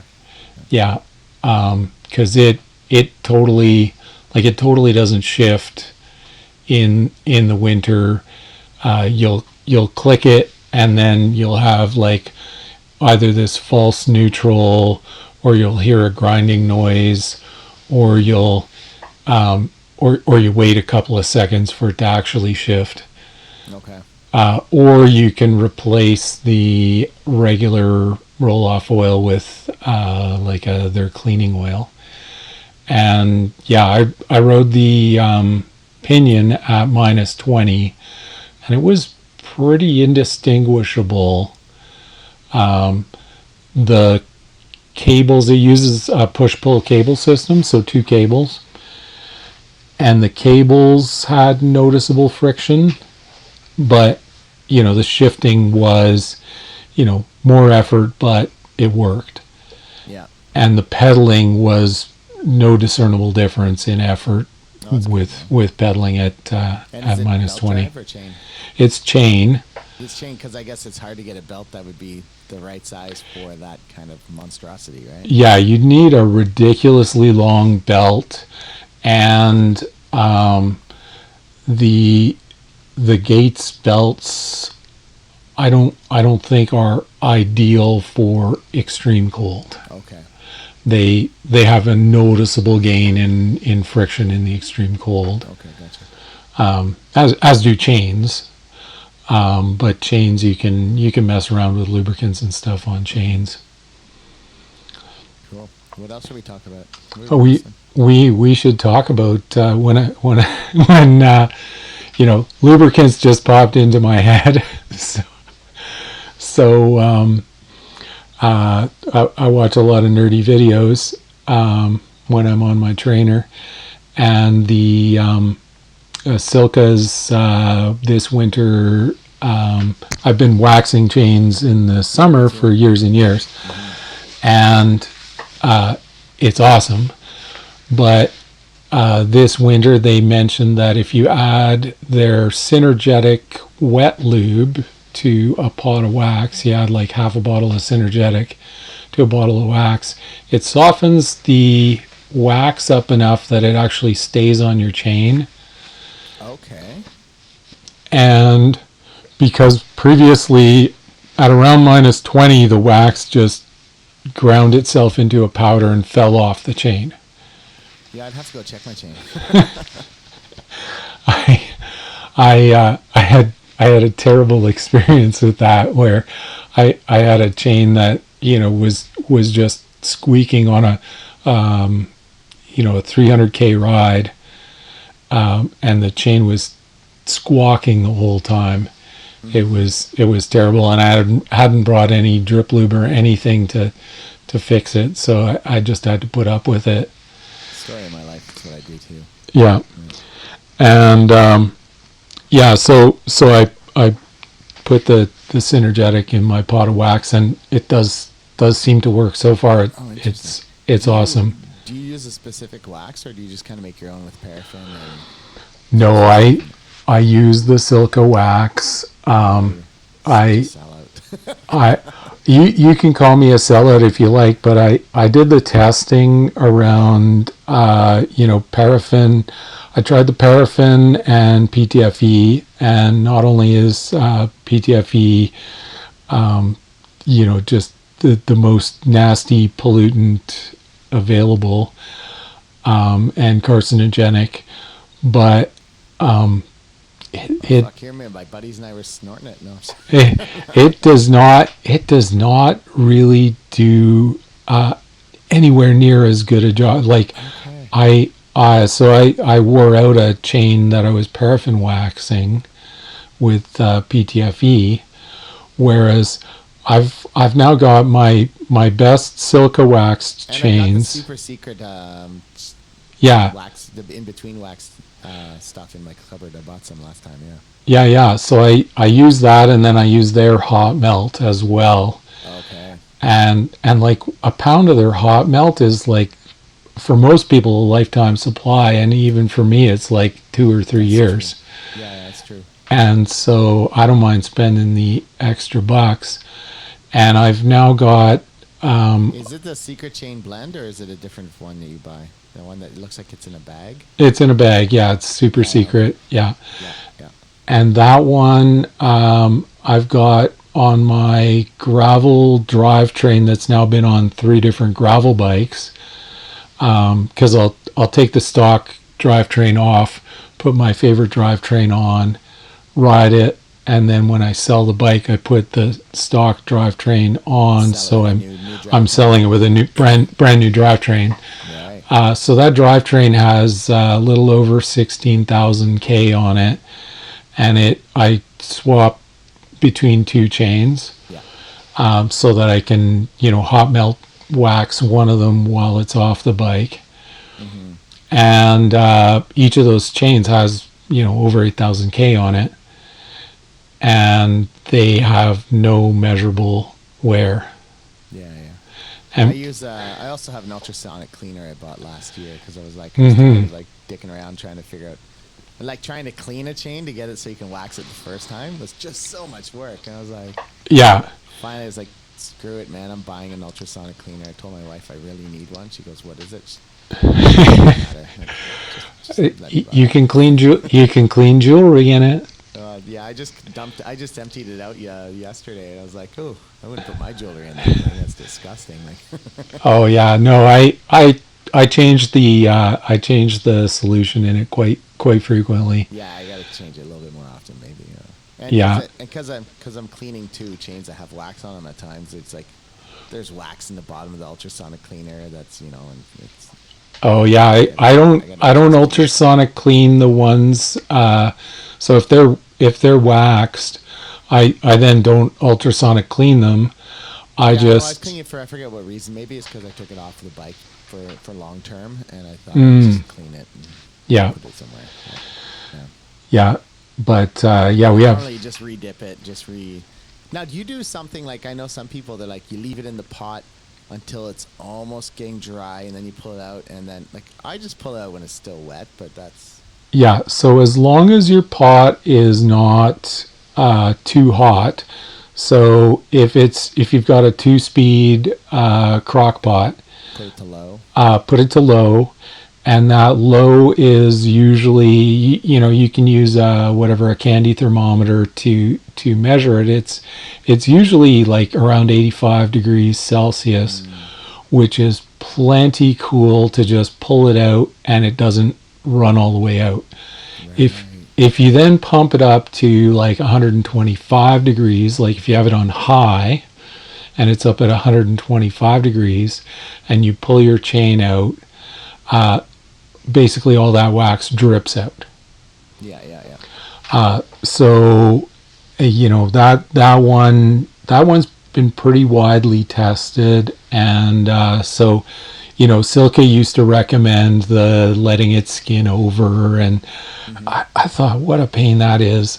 Adam Kieran from Zero Friction Cycling said, no, just pull it out. The there's no appreciable difference, and what the difference was that the guys at Silka were initially testing at higher temperatures when they found it running out, and now they've got the fancy crock pot that actually has a digital temperature control I saw that one. and a hanger for your chains above it. It's I was shocked at how much I like it. Well, you know what though? I think what somebody really needs though is you need one that you have like a little drivetrain on it, so you can hook your chain up and run the chain so the rollers are rolling, and then you really get the wax in there. Yeah, yeah. I don't think that's gonna make that much difference. I just No, swish no, it a no. couple of times. Yeah, I just swirl it and swirl Yeah, it and swirl I it. I swirl it a couple of times, and I leave it in there for 15 minutes, half an hour. You I've know. got 13 minutes before I run out of storage Okay. space on that card. So, Yeah. any triumphs, some setbacks, I guess, to be determined, or setbacks? I don't know. Well, setbacks. I mean, obviously, a DNF at Cold Ride Yeah. 3 weeks before the ITI starts. That's a setback for sure. And I'm trying to reframe that in my head, because you know winter ultras are, as you know, all about you know if you can keep your gear running in some fashion that will keep you going forward. The rest of it is mental. When things are uncomfortable, when things are when you're going 3K an hour, or when you're going under 1K an hour, post holing through waist deep snow and then reaching back to lift your bike and move it a few Right. inches forward. That's all mental. That's so little of that is physical. So Yeah, yeah. a DNF is a big mental setback, and so that's one of the reasons I opted to ditch the cycle computer, because it was bringing me stress. And then I'm still gonna have a GPS and a way to find my way around. Mm-hmm. but I'm not going to have it sitting in front of me taunting me. Yeah. So when things get slow, the cycle computer was just taunting me with my slowness. And Yeah, and I think there's a big thing is like knowing that other people are dealing with the same shit. So it's like yeah, it's you against the world, right? Like it's yeah, but totally. everybody's got to go through the same parts. And Yeah. And so then, basically, if I can decide on which boots to wear, that'll be a triumph. that will be a huge triumph. Um, Honestly, I could flip a coin, and because if I do go with the Lobans, I have some Neos over boots anyway, so I can put those over either boots for like water crossings and stuff. Yeah, yeah. I can keep my feet warm with either system, and so honestly, I could probably flip a coin and have warm feet either way. The Lobans might be easier to walk in, where the bivy boots are they're quite a bit stiffer. Yeah, Yeah, yeah. so they might be better for the riding. But I've got pretty strong feet, so might be okay. Man, I'm wishing you luck. I'm gonna. I mean, luck. It's all about preparation and mindset. So I'm just hoping that things go Yeah, as well as can be. Right? Like. yeah, and I mean, financially, there's repercussions to the current low Canadian dollar, in that Right. Alaska's expensive to start with, so now that $50 hamburger in the middle of the bush in Alaska is 75 Canadian dollars. Is that what they charge for a hamburger? Well, I'm exaggerating, but Oh my God. it is. Damn. Imagine, yeah, pretty consistently 5 times what you would pay Yeah. in like a mainland city. Wow. Huh? And that's just transportation and storage. Where if you're a backcountry lodge that only makes a trip to town twice a year because it takes 4 days to get to town and 4 days to get back, then your stuff, you have to buy enough stuff and then store it for the whole year. That's right. And so costs are significant there. Yeah. I had. I feel like so far this year, personally, everything feels like a triumph so far. I got rid of my. I got through that whole winter cold season in December. So like the last 2 years, I've always had that end of January cold. It just derails my entire build up and training for any kind of biking. And then both years I went to Wendigo. I was sick, but I still did it and suffered. So I'm hoping, fingers crossed, that like I got rid of the cold. I went through that season, and now I can just stay healthy and have a good ride. Yeah. I mean, unless you get exposed to, say, a bunch of children in a classroom or something. I think I have a pretty damn strong immune system at this point. You know how I have my own snotty kid at home that coughs in my face. So. Yes, exactly. I know all about that. Although I'm past the snotty kid at home stage, in that mine are pretty much adults. Yeah. But I did volunteer at the school down the street this week. You made the ice castle, the Chateau de Glace, and I've been volunteering there for a crazy long time, like since before my kids went to that school, and my kids graduated out of that school like 7 years ago. My youngest finished there. You're still going. And I'm still going because it's the most fun you can have, you know, the kids are just so stoked on this, and so every year I pile up snow to make a slide, and they really like that.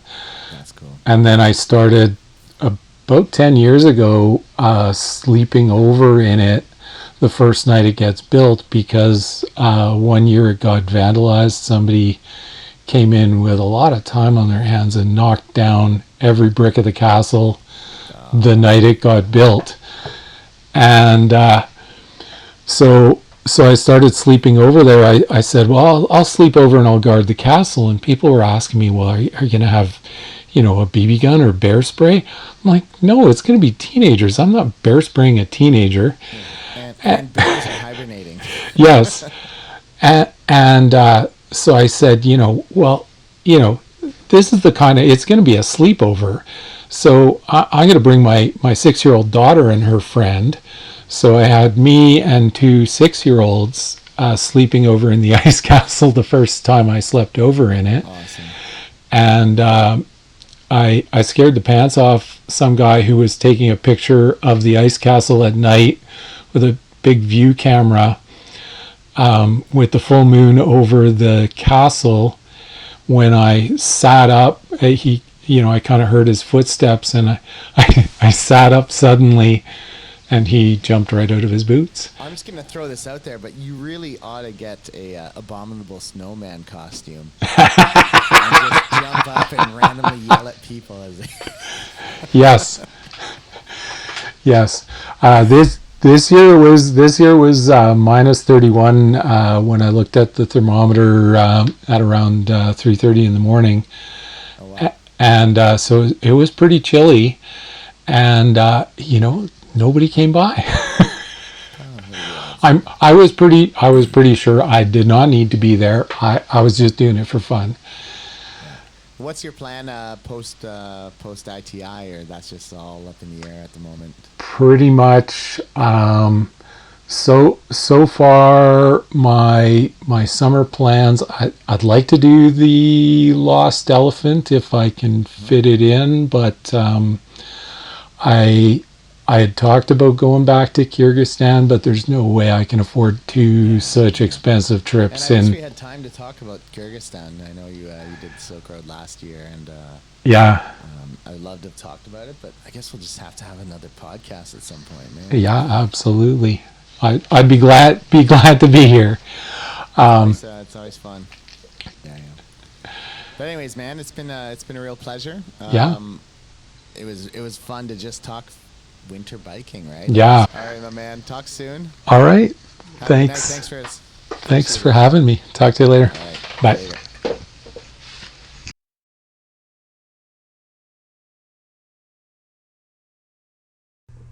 Hey, welcome back, Doug. Hi. It feels like it's only been 4 or 5 days since I last talked to you, and here we are doing a little add-on to our episode. I got a message literally the day after we recorded from Andy Ward, I didn't know how you say it, the Zeitbeast or Beast? Yeah, Zeitbeast or Zeitbeast. I am not entirely certain, but yeah, he's like the nicest guy in the world. Yeah. And he sent me this message, said, hey, I was fortunate enough to get to talk to Doug Dunlop over the weekend. Every question was valuable. As Doug seems to have, this is what I'm using, testing and tested and didn't make the cut, answers to kid inquiries. I asked if you're going to have a chat with him, and he said hopefully soon. So I guess he messaged me after you guys had already talked. I hope I didn't miss it, but one big question that I really felt everyone at large would benefit from is a detailed process of getting off the bike and into the bivvy to breaking camp. The silly things where you don't put your boots, where do you put your boots? Do your liners go in your bag? Do you keep your bladder with you when you sleep? Or the topic we did cover at the weekend, melting the snow off your bread before getting inside. Do you change base layers, etc., etc., etc. So he said he's an absolute gearhead, and the Unpacking Bikepacking series is his favorite feature in the podcast. Keep up the great work. So thanks, Andy. And look at that, you just got yourself a real live shout out on the podcast. So yeah, what's lots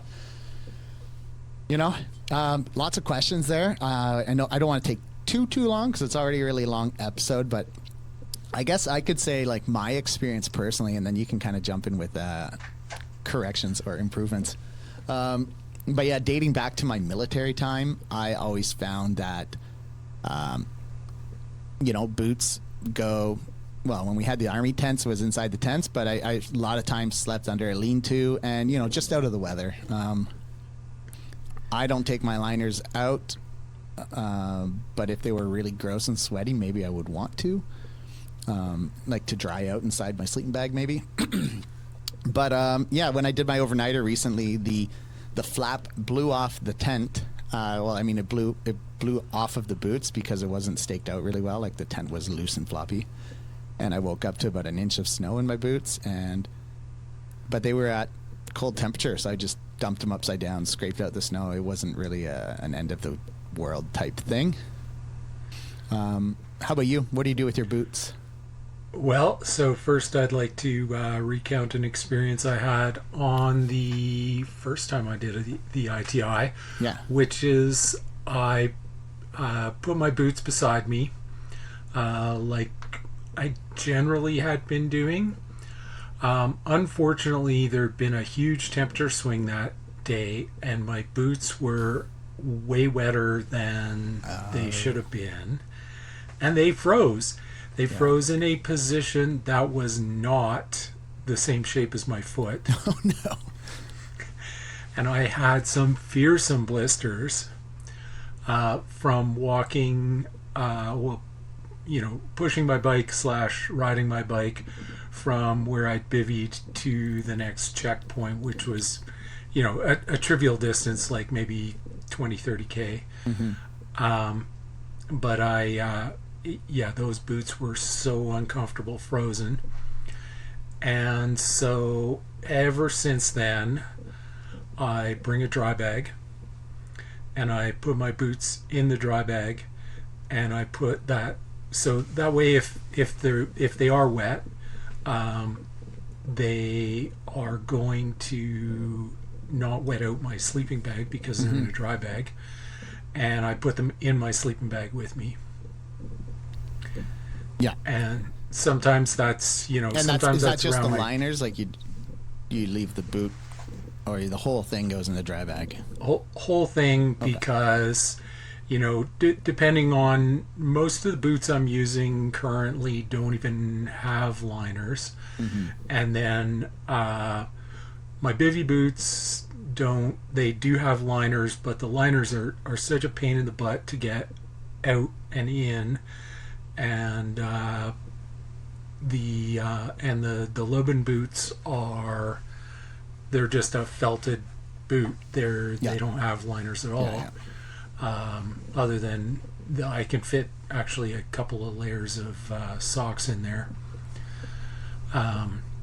What about your water bladder? I mean, if you're carrying a water bladder, like I used one last few weeks ago here, and it was minus 25 or 27 out at night. But inside the tent, I had it beside me.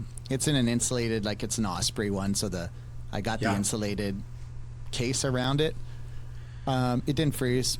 It was right beside me, but not in my quilt, but just beside me with maybe my jacket laying over it. So maybe that helped insulate it a little more. That can make a huge difference because, generally speaking, the ground is not that much colder than zero. So if you have insulation over the top that's insulating it from the air, which might be minus 20 something or 30 something or 40 something, that can make a big difference. But I have usually brought my my whole hydration pack into the tent with me, and again, that goes in a dry bag. I just have a super lightweight, extra long dry bag so that I can kind of roll up the hydration pack and put it in there. And I should add, it was in my tent with me, so it was, and that gets it out of a lot of the cold too. So just the heat that your body's producing in the tent probably brings that area back to just Yeah. around zero or above zero even. Yeah, it can make a big difference, depending on the tent, depending on the weather, depending on the wind. Um, for Alaska, I'm probably not bringing a tent, and I often don't bring a tent at all. I don't bring a bivy sack. I don't bring a tent. Oh yeah. I just stomp out a flat spot um, in a tree well. If I can, if I'm not in an avalanche area, find a tree well and stomp out a spot or shovel out a spot if I have a shovel. If I'm going like bike packing when I go out with Guy, I almost always bring a shovel because then I can shovel myself all kinds of weird shelters. Yeah, I when I camped, I just nothing. I mean, it was all like probably a better part of a foot of snow, and I just took my foot, and it was a campsite, Crown Land, and I just scraped away a whole area for my tent, which also puts you down into that insulating layer. So I think that also helped to create a bit of a better thermal barrier within my tent. Oh yeah, for sure. Yeah. So then I just lay out my mat, lay out my sleeping bag and my quilt on top of that, and I'm done. Wow. Okay. And Yeah. What's your situation when you get to camp? Like me, I'm a beast for getting done everything as fast as possible, so that if I decide to just crawl into my sleeping bag, then I can do that. Essentially, as soon as I stop, on goes the puffy jacket, out comes the food. While the water's boiling, I get the tent laid out, air mattress inflated, quilt on there, strapped onto the air mattress, and then I'm ready to eat.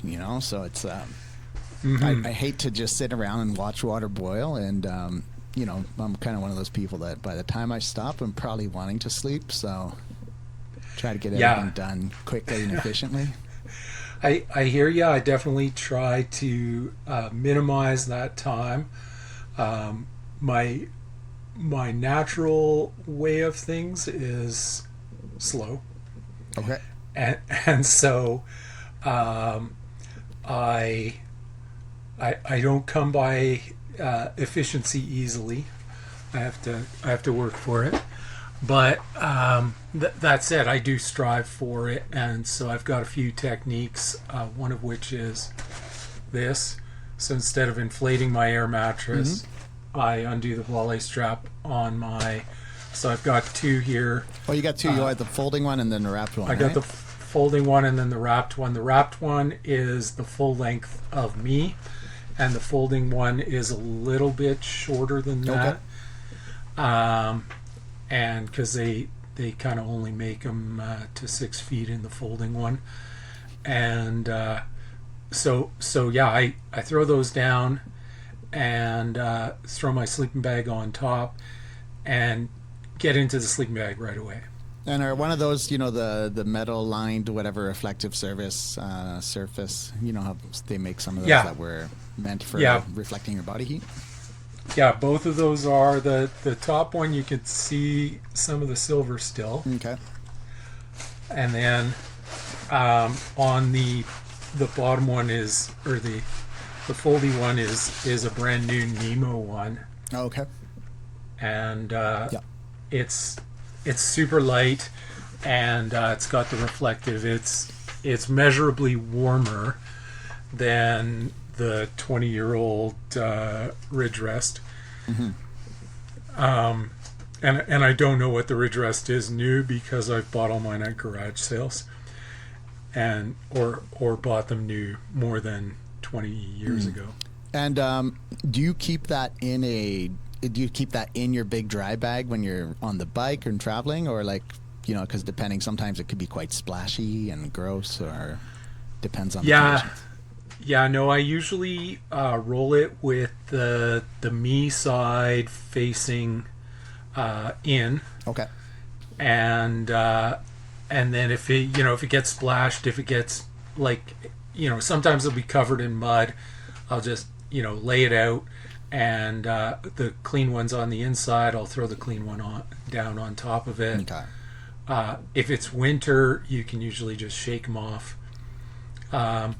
If it's not winter, I'll often bring an inflatable. I've got a Nemo inflatable that it is just difficult to inflate it when it's like, it's say in the -20s.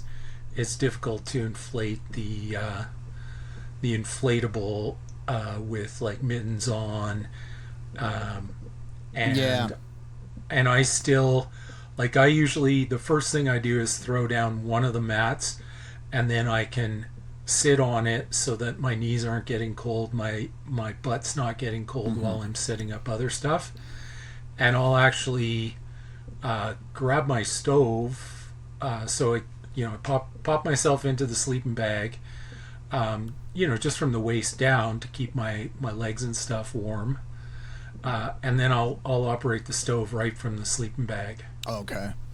Yeah, I'm of the mindset too that you want to spread your stuff out on something, because if it's snowy, man, there's no sure way to lose something.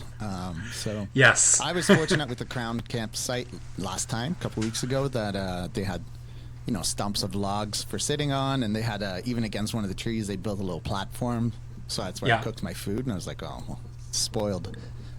Yeah. But if not, Yeah. I'd be clearing a spot in the snow, and then I would be setting things out in me in like an organized fashion, and probably spreading my gear out on top of my air mattress or somewhere where I can not lose things.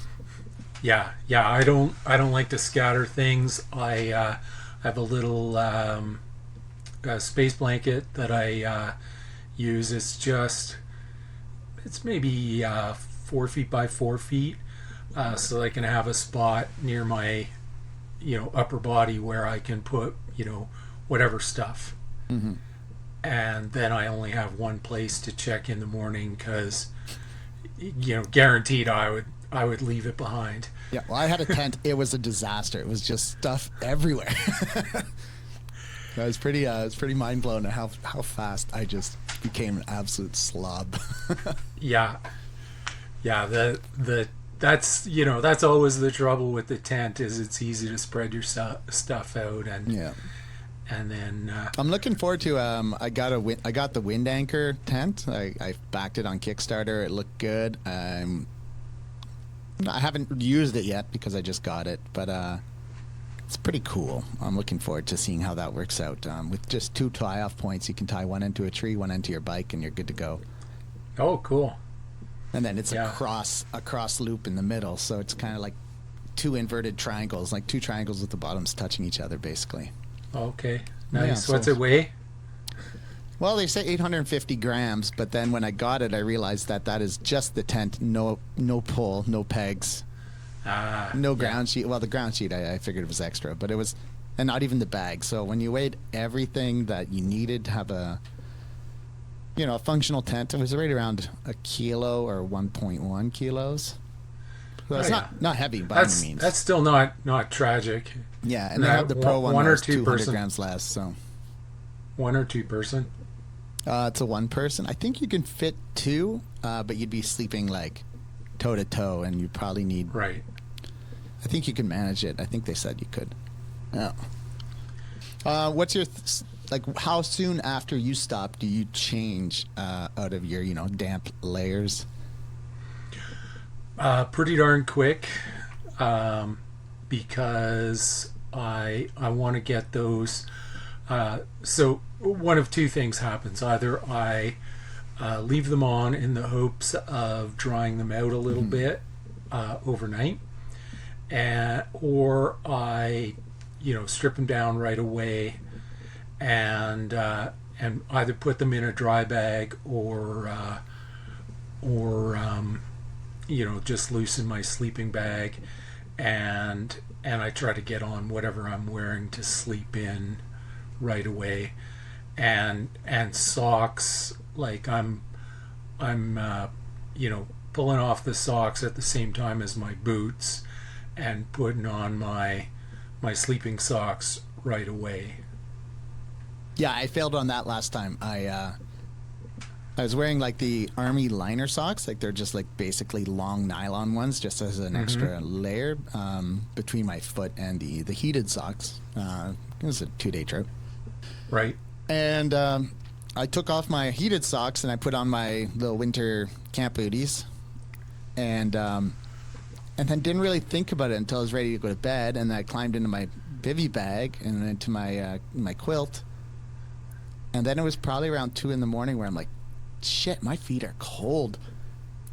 And at that point I was like, oh man, if I move to do anything, like it's just gonna let all the cold air in and all my hot air out. And I was like, it was like a pretty serious dilemma for about 30 minutes until I decided, no, I have to move and grab stuff and just stuff it down there in the foot box to give some extra insulation. And Yeah. but I had extra socks and I didn't put them on before bed, and that was a big failure on my part. Yeah. I definitely try and throw my socks on right away. Throw those clean socks on, and yeah, I'll get them on. You know, basically as I'm getting into the sleeping bag. Sometimes camp booties, sometimes not. The advantage to camp booties is I carry Neos over boots for like crossing, open water and overflow and stuff like that. And those Neos over boots over my camp booties are like a second pair of boots. So should I, should I break through some ice and get knee deep in snow or in water, I can immediately take that out, throw the camp booty and the Neos on, and I can actually ride the bike in that. Right. Yeah, I got a pair of those I got from my brother. I think he got them from the military, but they might be too big for me. I haven't tried them out yet, but I should. Yeah, they're pretty handy, and and those like again combined with the camp booties, they're like a second set of boots. And they don't take that much space. I mean, they take space, but they're relatively compact for what they are. Yeah, and I think the pair of them was for sure under a kilo. Mm-hmm. And which is not bad for keeping your feet dry. Yeah. So they're like, those guys are for sure coming, and probably the booties, just because they serve many purposes. Yeah. My original pogies, I designed them so that I could use them as booties as well. Oh yeah. But I've kind of abandoned that in favor of better pogie functionality. Makes sense. Yeah, it's but like having half of each world or go all in, right? Like, Yeah. But I do love things that can do many things. yeah. Yeah. Yeah, I think also another thing I should bring up is your stove. Not your stove particularly, but the stove that you bring with you. On this last trip, I only have a Trangia or Pocket Rocket 2 right now. That was what I have. But my Trangia is a bigger one. And I said, I'll just bring my Pocket Rocket. But man, does water take forever to boil using a gas canister like butane in the winter when it's minus 20 outside. My God, was it slow. So Painfully. Here is a pro tip from Guy Stewart again. Basically you should have interviewed him because he's got all the hacks. Yeah, I'll put him on next year.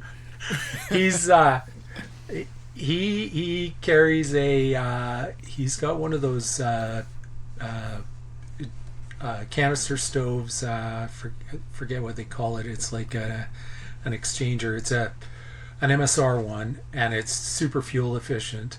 But Is it's it kind of like the canisters. ones that are like the big mugs, like kind of like that, whatever that brand was? I forget. Yeah, but it's And got it's got like a catalyst burner on it. Okay. So, anyways, it's still a canister stove, and you need that fuel to vaporize nicely for the canister stove to work. And in your case, since you use the canister in the cold, you probably burned off all the super volatile stuff that's still a gas at those low temperatures. Okay. And what you've got left behind is the stuff that's a liquid at low temperatures. So it'll be fine in the summer, but it won't be good for, you can't use it for like 3 winter trips because only Right. half of the gas is usable. So anyway, so guy's hack is he takes a bowl of liquid water and he just puts the whole stove, canister and all, into the bowl so that the canister is in a bath of liquid water. And it doesn't have to be hot water, just has to be liquid. And that liquid water, until it freezes, will always be above zero. Right. And so the fuel vaporizes. Oh, interesting. Yeah.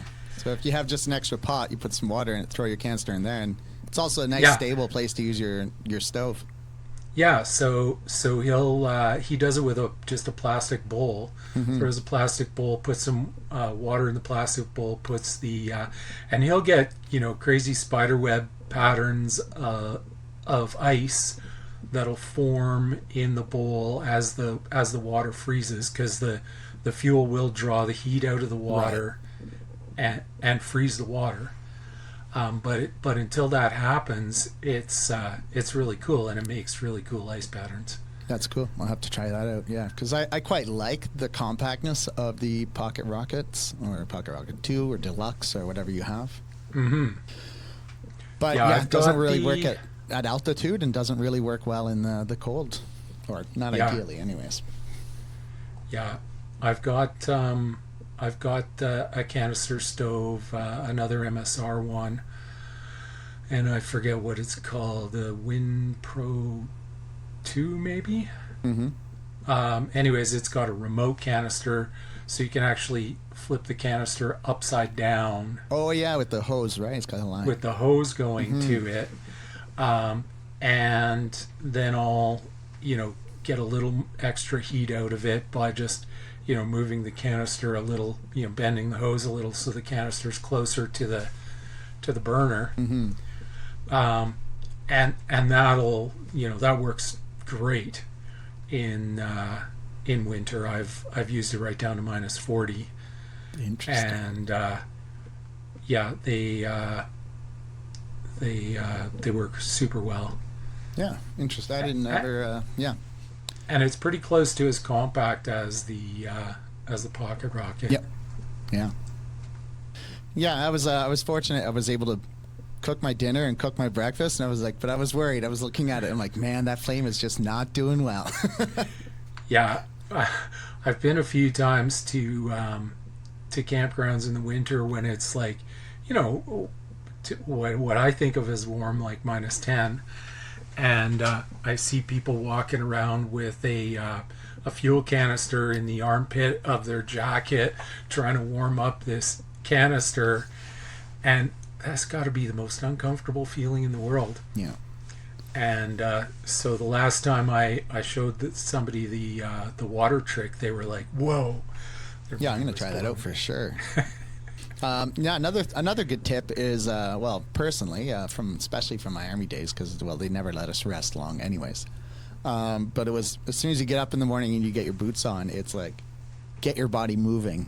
Don't sit around and like just standing at your tent or packing is not enough. Like, do a 5-minute walk. Just get your toes moving, get the heat, the blood circulating. I struggle with that enough as it is, so. Yeah, just you got to get your feet to warm up inside those boots, and unless you have electric socks that are still alive until they die, Yeah, it's key. yeah. I usually try and use that time as wisely as I can, and so I'll usually, sit up, light the stove, and then or if I'm using the stove in the morning, sometimes I won't even use the stove in the morning, and I'll just do all my water boiling the night before, have either insulated containers next to me, or sometimes like right in the sleeping bag with me. Like if it's -40, keep warm. Yeah. yeah, you want to keep those warm, or even just the raw containers, like the uninsulated ones, or if I'm using water, like a bladder, again, fill that up at night with warm water, keep it in the sleeping bag with me. And Yeah, and you can also you can fill up your water bottle with hot water, make sure it's closed Yeah. well, and stick it inside your sock, and that way it's not going to burn you, but B, it also keeps your sock nice and toasty in your sleeping bag. yeah, You know. yeah. If you've got a a good water bottle that you can depend on, that's totally an option. Yeah, but you don't want the the wrong thing to happen. You don't want the leaky water bottle Yeah, in yeah, there, or there's Yeah, the hot water, if it's really cold, is a really really good one too. Yeah, I've been contemplating whether I should get a cotton, sleeping bag liner or something to sleep in inside my quilt. But then I was like, oh, but it kind of defeats the purpose of the quilt. But definitely, I think something would be a little bit. I don't know. I haven't mastered the whole quilt thing yet, but I do like it. yeah. I'm with you there. I always wondered if so. A lot of Arctic explorers use a cotton layer as their outermost layer because it draws moisture Right? You said it moves the out. dew point, right? Yeah, moves that moisture outward, but also cotton exposed to air will actually dry, and it'll actually, like, ice will sublimate right off it, which is weird to think about. So get a really big cotton. Bivy sack. Take a big piece of cotton sheet and make your own quilt liner to go outer. Quilt outer. Yeah, make like a bivy sack to go outside your. I always wondered how that would work. Now, this is totally untested, which is counter to my nature, but I've speculated on it. I have used cotton t-shirt as pajamas. Mm-hmm. And that cotton t-shirt, then any sweating that you do, it kind of sucks it up and limits how much more evaporates. And then in the morning, sort of stow it away and put on your wool and synthetic layers. Mm-hmm. The other really good option for cotton is if you're somebody who can't slow themselves down when they're sweating, or doesn't remember to stop and adjust your clothes for sweat, is have that cotton t-shirt underneath, and when you stop, basically do the peel yourself out of the cotton t-shirt, so you're doing the old what was it, flash dance where you Yeah. yeah I call it the Mr. Bean undressing type thing. yes, so you pull that t-shirt out like that, or I mean you can strip down to bare skin too if you want, and just throw your other layers back, because that cotton's been absorbing moisture. Your other layers are way drier. Mm-hmm. And so when you're stopped, pulling out that cotton tee really helps. Yeah. And I've done that. Well, I was thinking to take your advice. Next year, I plan to buy myself a new puffy jacket for camp nights, and I'm going to cut the sleeves off of it, and I'm going to sew on some elastic straps so when I'm biking, I can just have puffy sleeves inside my Perfect. jacket, keeping my core breathing and my arms nice and warm. Yeah. We'll see Yeah. how it goes. I'll let you know if it works. The Or I'll just kill a bunch of rabbits and make some arm sleeves that way. No. yeah, there's a an alpha jacket from Seven Mesh that I really like. It's got the chest, but more importantly, the front of the arms protected with the alpha. It's like a fleece. It was developed by the military to make people hard to see on infrared scopes. um, and then it's just a windbreaker at the back, and so that works really well with that whole principle. Yeah, yeah. And I have a shirt I got for this guy. I guess it's more of a cross country skiing or running one though, unfortunately. But it's like the chest is quilted, the back breathes quite well, but the sleeves are the same as normal material, so they don't have that quilting. So kind of not exactly. But I'm like, yeah, it's a hunt for sure. Yeah, yeah. Mountain Co-op made one year a cycling jacket, and mine has literally fallen apart because I wore it so much. But it was a windproof front. The whole back was like a light, super breathable fleece, and then the arms were fleece with a windproof layer on the thick fleece with a windproof layer on the front. And I'm sure they made it by accident because they were not following any conventional thought as to keeping warm. But it was crazy warm, crazy breathable, and really effective for. I had a running jacket like that once upon a time too. Everything was windproof except for your back. It was just a kind of a fleece layer type thing. Yeah, but I forget the brand, and it wasn't Beck. Don't remember. Anyways, it's been 33 minutes, so I hope this answered all of Andy's questions. Otherwise, this is going to be a really long episode, and people are either going to love it or hate it. Let's check back. Do you still have his questions up? Let's make sure. Let me just double check here. Something about melting snow off your bread. You got to fill me in on that. Breaking camp. Oh, you asked about breaking camp too. For me, it's I'm in my tent. I try to do everything I can in there before I get out into the morning, like before I open the tent and release any heat that is in there. And then as soon as I'm out of my tent, I just get the food going and I start rolling up my tent and getting it packed away. I find morning. I think morning is not much longer than it takes to actually cook my food. By the time my food cooks and if I'm dressed, pretty much ready to go. Yeah, I'm similar, and I try, as much as possible to not have to cook in the morning. Okay. I like hot food and hot coffee. So I also when I'm just casually bike packing on my own, like when I go out with Guy, the coffee process is pretty serious. Where I bring an AeroPress and. Shout out to AeroPress. They work at mine.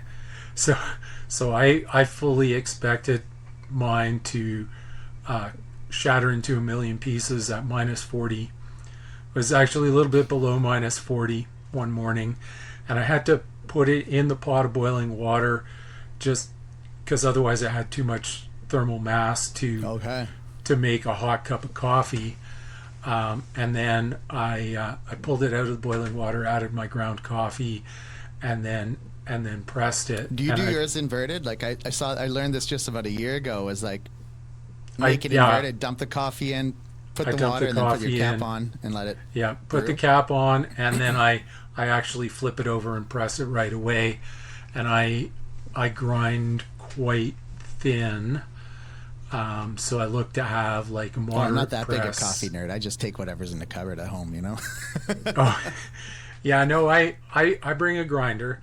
Oh man, you and Dominic Menard, man, that's it. The guy cycled all the way to Patagonia and carried his coffee grinder and his little electric stir. Yeah, I bring that. If Tanya's with me, I bring the electric milk frother because she doesn't like espresso. She likes cappuccino in the morning, and I like her. So there you go. I bring the extra stuff, and she's got a series of pictures on her Instagram of like backcountry cappuccinos that she's had. Like, well, yeah, you can buy the Tetra packs of milk and stuff, so you have you can have the milk for a cappuccino and not have to have it. usually we bring if it's going to be cold, whole powdered milk. Okay. You can buy it at like Indian groceries. Nestle Nido is one brand, and then there was a place in Winnipeg that I bought at the beginning of the pandemic when people were panic buying lentils. Well, I already had a 110-pound bag of lentils, but I didn't have milk, so I panic bought a case of dehydrated whole milk, and so I still You're have still some drinking of it that. to this day. But that works super well for making backcountry cappuccinos. Yeah. And the milk frother also acts as a mixer for the powdered milk. And you just got to make sure to do it long enough, or Tanya complains about the milk slugs in her coffee. She opens her mouth, it's like milk chunks. Yeah, she does. Well, nobody likes that. Let's face it. That's not her being picky. Nobody likes that. So tell us about the bread. What is this? Melt the snow off your bread.